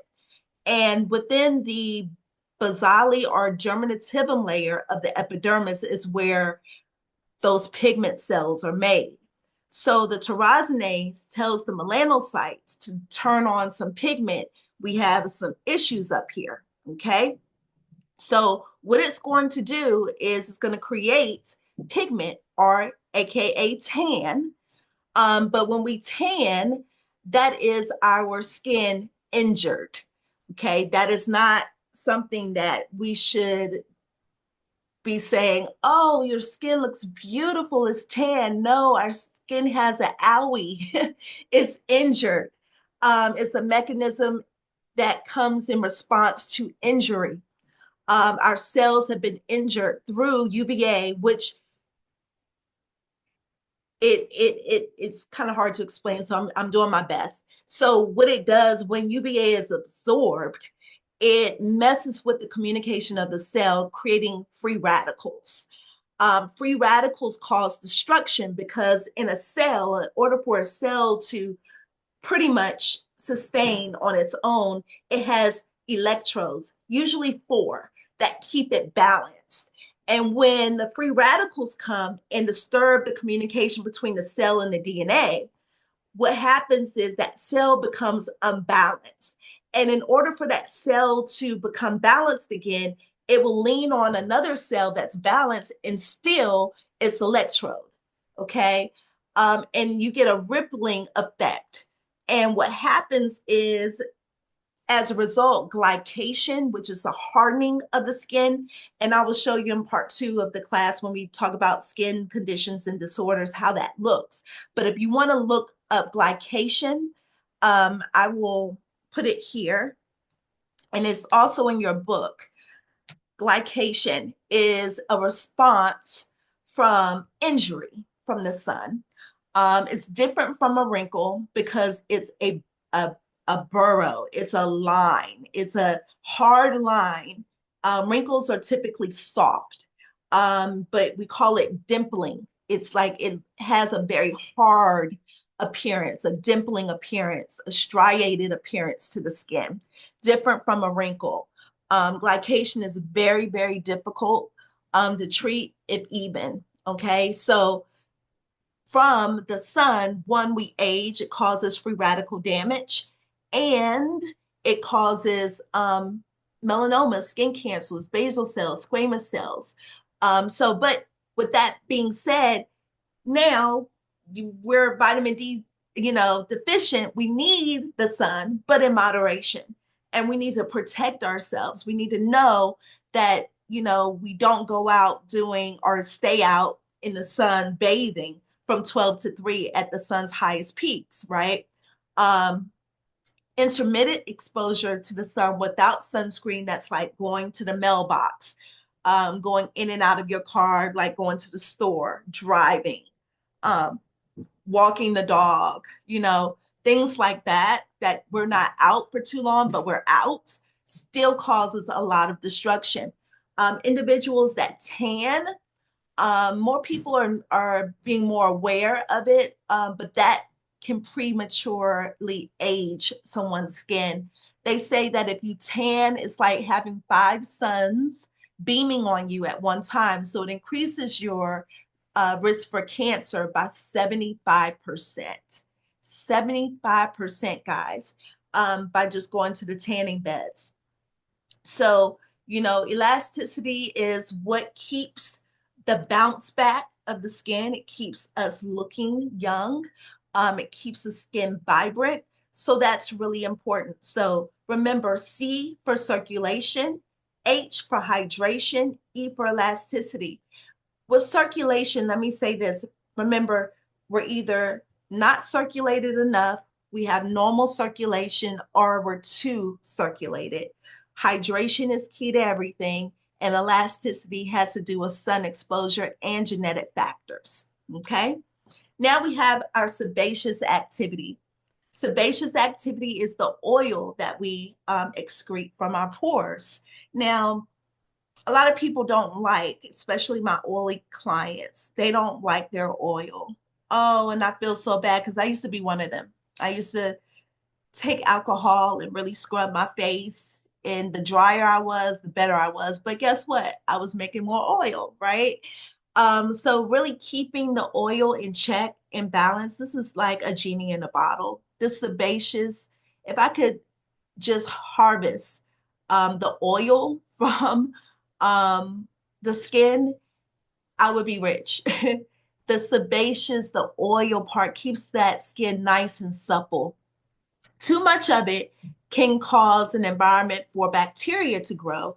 That's why typically people that have acneic skin usually have, well, too much oil have acneic skin.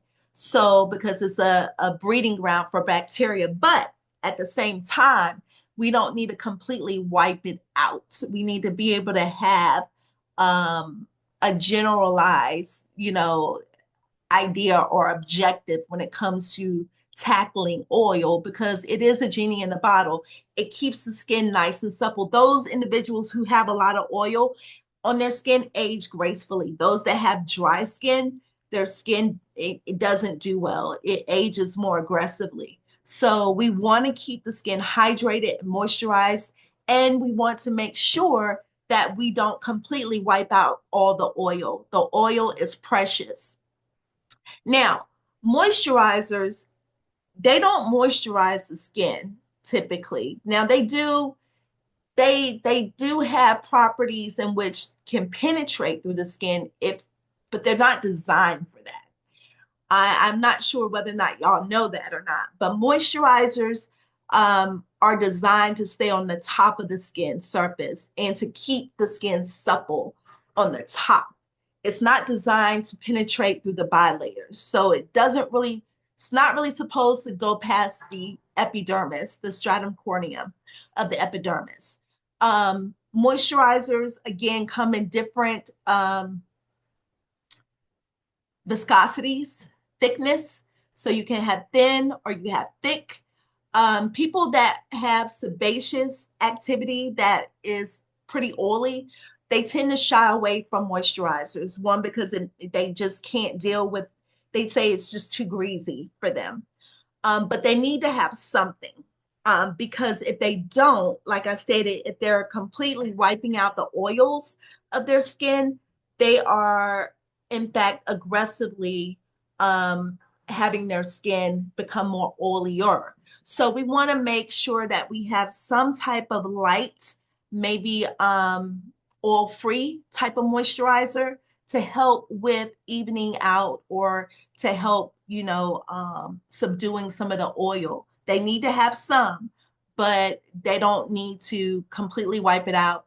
They don't need to be using those rice pads where they are blotting. That's not good either because in fact they are making more oil produce and that's not a good deal.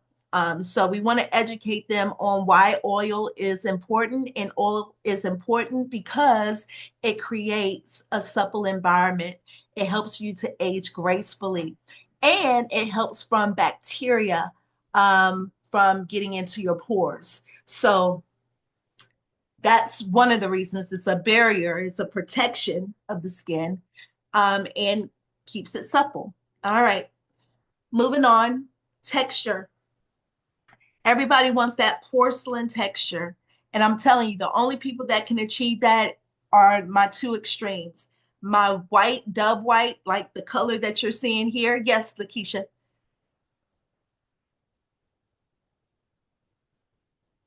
I can't hear you.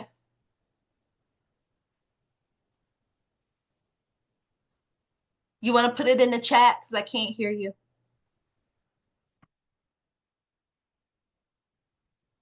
Why is witch hazel bad for the skin? Witch hazel is not bad for the skin. I wouldn't say it's bad for the skin. It's an astringent, but The reason why you would not use it every day and night, is because it's stripping, right? Not as stripping as alcohol, but it is still stripping. So we don't want to use it. We want to make sure we use things in moderation. If you had a client that has been using witch hazel, that's great. Allow them to keep using their witch hazel as an astringent, maybe 2 to 3 times a week, depending on their skin type, but not every day and night, day and night, day and night, because again, it's too stripping and it can cause what, and I'm going to put this in the chat here because we're going to talk about this more, impaired barrier function. And when I talk about an impaired barrier function, I'm talking about, excuse me, I think I'm getting a cold. After I got the flu, I'm getting a cold. Like, I don't understand. Anyway, impaired barrier function, that's the same thing as the lipid barrier being compromised. So that's just a fancy word to say my lipid barrier is compromised, okay? So when we have an impaired barrier function, that can be a result of us using witch hazel, that stripping that barrier continuously, making it too dry to where that pH is now altered. And now when that pH is altered, that hydration is compromised. And with the hydration being compromised, we're not desquamating or shedding our skin cells. Things are slowing up. You get that cascading, okay? So that's why. But I would not say witch hazel is bad. Not at all. It's an astringent and it should be used appropriately. Texture with the skin. Like I said, you're going to get two extremes. You're going to get the white, the person that's dove white, or you're going to get the person that's completely, black or a darker hue, completely just beautiful on each end of the spectrum. And they have no pores. Their skin is porcelain. They are beautiful. Those are the two. Oh my God, I just made that word up. It worked though. Those are the two skin types that I'm in awe with. Whenever I see a dove white or when I see a black, like a true black hue, I stare. It's just beautiful to me. And their skin is usually flawless. I've never seen anybody that had a blemish on them, and they typically don't see you because their skin is just porcelain. There's no pores to be found, no nothing, no, not a single one, even though I know they have one. They have to, but yeah, they're so small. But usually when people see you in the clinical aesthetics realm, they have texture issues. They're concerned about their texture. They want their texture to be better. They want their pores to go away. And we know that's no such thing. We also know there's no such thing as pores opening and shutting. Pores can constrict and they can contract. Contract. Yeah. They can open and they can close. But hold on. Constrict and expand. It's been a long day. They can constrict and they can expand. They can't open and close. That's not the proper way to say it. And genetically speaking, you are born with the pores that you have. The size that you have is a genetic disposition as to why you have them. Oilier people are going to have larger pores. Combination are going to have a combination of medium, small, and large pores. And so what we can do when somebody says, I don't want my pores, and can you get rid of these pores? We can refine them. We can clean them out and they can shrink, but we cannot completely wipe them away. You have your pores, you're born with your pore size. We can minimize how your pores project on your skin, but we cannot change your genetic coding or disposition as to why you have that size of a pore. Now, this is important. When I said we can clean them out, that is where you come in regards to your education. You want to be able to educate your client accordingly in regards to telling them that I think this is the best way to say it. I don't know if you've ever seen an air conditioned filter. if you've ever had to change one. But when you get it from Home Depot, they're very tightly coiled type of, films. All right. You put it in the filter part of the air condition. After 2 months or so, you take it out, 90 days or whatever, you take it out and the coils get bigger. It's floppy. It's big because it's basically done its job. It's filter. Can you turn the air on for me? Hi. Thank you. It's basically done its job. It's trapped all that debris. So we're not inhaling all of that stuff, when we're turned on our AC or our heat or whatever. Same thing with the skin. The pores catch all of that.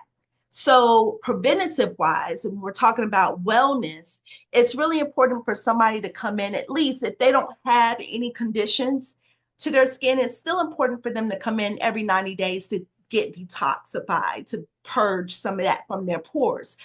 Somebody that has never had a facial, their pores will expand to collect all of that debris.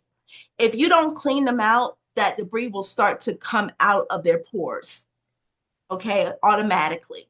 And what happens is that pore will stretch and will lose its elasticity to go back to a tightly closed pore. So facials are really important when it comes to wellness and preventative measures and in minimizing the appearance of your pores and also properly cleansing your skin, and purging all of that debris and environmental pollutants that are out there that your pores are catching. So that's important. Also, texture can be greatly diminished with some of the modalities that we can use. We can use laser, like fractionated lasers. We can use CO2 ablative lasers, and we'll go over this in the laser course, but CO2 ablative lasers, fractionated lasers, we can do IPL on certain skin types. We can do dermaplaning, we can do microdermabrasion, chemical exfoliation. We can do glamage, which is a manual way to remove texture by manipulating with a product. There's so many things that we can do that's in our repertoire that we can help individuals with texture. We can definitely help repair damage that has been initiated by acne, and certain things. We can do PRP. We can do so many things to help texture, but texture comes between 1 to 3. 1 is typically nothing, okay? 3 is going to be more of your ice pick, acne scarring. And 2, think of your 3 as, if you look at an orange and you look at the texture of an orange, that would be a 3 texture, okay? Where your apple would be 1, okay? And then we will have 2, which is in between. We'll have some areas that are textured and some areas that are not. All right, so that's how we go about that. So this would be the easiest way. And I'm going to show you another way to analyze the skin, but circulation, hydration, elasticity, sebaceous, and texture. And this is in your workbook for you to go back and you can look at this. So if you want to start using this acronym to help you, you can definitely start using this, and this will help in the course of your skin analysis, but really understanding how circulation impacts the skin. Well, circulation impacts the skin, 1, because we want to know that we're getting an adequate amount of oxygen to our cells. And if we're getting an adequate amount of oxygen to our cells, then our skin's going to look like it has life in it. When we're sick, how does our skin look? It looks asphyxiated, which is another big word by saying dull. It looks sallow. It looks, grayish, when we're not getting enough oxygen. If we have anemia, our skin looks a certain way. If we're hyper circulated, then that tells us that we're flushed, we're hot, that we're getting too much oxygen in one particular area. And so we want a balance in between, when it comes to circulation. And so one way to do that is when we're treating someone with circulatory issues, we want to get to the root of the problem. Why is their skin dull? And we have to ask those questions. Where do you live? Do you live around smokers? Do you vape? Are you anemic? Um, are you cold all the time? Those are different questions that I would ask. If they're highly circulated, are you stressed? Do you have a little bit, are you anxious right now? Questions that will help you to identify why they're hypercirculated. Have you seen someone about you being hypercirculated? Because that can also be an indication of them having rosacea. Even though we don't diagnose, we can appoint them to somebody that will diagnose them if they do have flushness, if they have lupus. That can be a telltale sign of overly circulated. So circulation really tells us about our health internally. So we want to make sure that we're speaking in terms that they understand, of course, but we also want to make sure that we're highlighting the important characteristics of what we're seeing from the skin at that time. And again, I cannot say enough. Hydration is key. Hydration gives life. Hydration is the backbone of everything. Without hydration, you're not going to get the response that you're looking for in the skin. Hydration is key. It is essential. It is something that we need in order to achieve what we're looking for in a regimen. Hydration, hydration, hydration, hydration. In order for hydration to be sustained means that we need a homeostasis environment for our stratum corneum.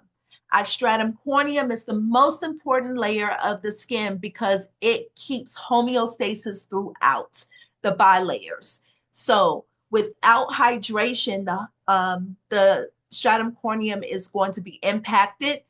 Desquamation or shedding is not going to occur. Proliferation is going to be slowed down with the cell, and we know that's important. Cellular turnover is important. Why? Because it keeps our skin turned over, luminous, vibrant. It keeps that skin on the go. It keeps it doing what it's supposed to do, protect us.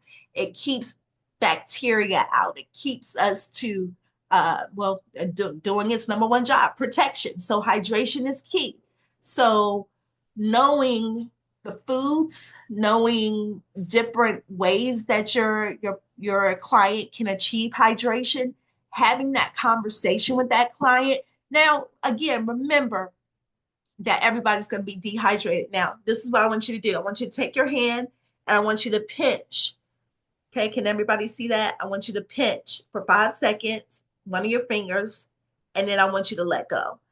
And I want you to see, I want to see how long it takes. You count how long it takes for that finger to get back to its original state. There was one time I pinched my finger and I promise you it stayed up there for about 15 minutes. I was like, okay, this is enough. Also, when you go into, I'm a bath taker, so I like to take baths to relax. If you go into a bath and you have your wine and you have your hot bath, I want you to look at your fingers and everybody sees. I'm sure you've noticed when your fingers kind of wrinkle up. Okay, that is a mechanism, a defense mechanism of the skin saying no more water can escape. I am done. You are done. It's drawing itself in, so no more water can actually escape. And so when you have somebody that's dehydrated, you're going to see superficial wrinkles. They're not really wrinkles, but they're superficial wrinkles. They look like they have wrinkles, but that's the skin drawing up to say no more water. It tries to tighten its seal a little bit so water won't escape. I thought that was really fascinating. Okay, elasticity. We're going to pinch the skin and let go. Pinch the skin and let go. And you're going to look at the buoyancy or the bounce back of that skin. Okay, if you can't pinch it, that's great. That means they have a lot of elasticity. If you can pinch it, if you can pull that skin up away from the face, maybe not so much elasticity. They have some we call elastosis going on. Elastosis. So they have laxity issues. Another way to see if somebody's hydrated is to just lightly press your index finger up against their jawline and just lightly press to see if how many wrinkles is coming up as you're actually pressing the jawline. That's another way. Sebaceous activity. I would not monitor anybody's sebaceous activity until after you cleanse them the second time. So when we're doing a facial, we like to do 2 cleanses, just like when you shampooing your hair. First time you shampoo your hair, that shampoo is getting into all that dirt and debris and it's breaking it up, right? It's breaking it up and you're not getting a lot of lather that first time. But that second time, all that debris is broken up, you can really get into it, right? So the same thing with the skin. You want to have two cleansing phases or cycles throughout your regimen. So after that second phase of cleansing and after you completely wipe the cleanser off, then just wait and see how the oil is settling back on the skin. You don't want to do that initially when you start seeing the client. You may know if they have oily skin, especially if they wear makeup or you see the sheen, but to truly, analyze them, you want to wait until after that second cleanse. And I would say about 2 minutes. It doesn't take long for that oil to repopulate in those areas that they have that sebaceous activity. And then you'll be able to analyze them correctly. Texture, I want you guys to really touch the skin. So when we're talking about texture, I want you to take your index and your thumb, stretch the skin, and really feel in there. I want you to feel. When I say congestion, does the skin have congestion? Most people do. Congestion is like little bumps underneath the skin. Okay. We usually call that grade 1 acne. So congestion is feeling, bumps, feeling unevenness underneath the skin. Feel that texture, look at it, look at the appearance of it. Of course, if they have injuries from that they've sustained with their acne, of course, you're going to see that. That's obvious. But I really want you to touch the skin. A lot of you, not you, but a lot of what I've seen when people are analyzing the skin is I'm seeing them just kind of lightly touch. Now I want you to get in there. I want you to get in there and really touch the skin. Feel the skin for texture issues. Okay. One thing about me too, you may see the skin's not really responding the way that you thought it would. Like with me, I was on Accutane 3 times. Accutane is isotretinoin. For those that don't know, Accutane is prescribed for severe acne, like acne conblata, a disfiguring acne. I had a lot of nodules with my acne. I had really bad acne.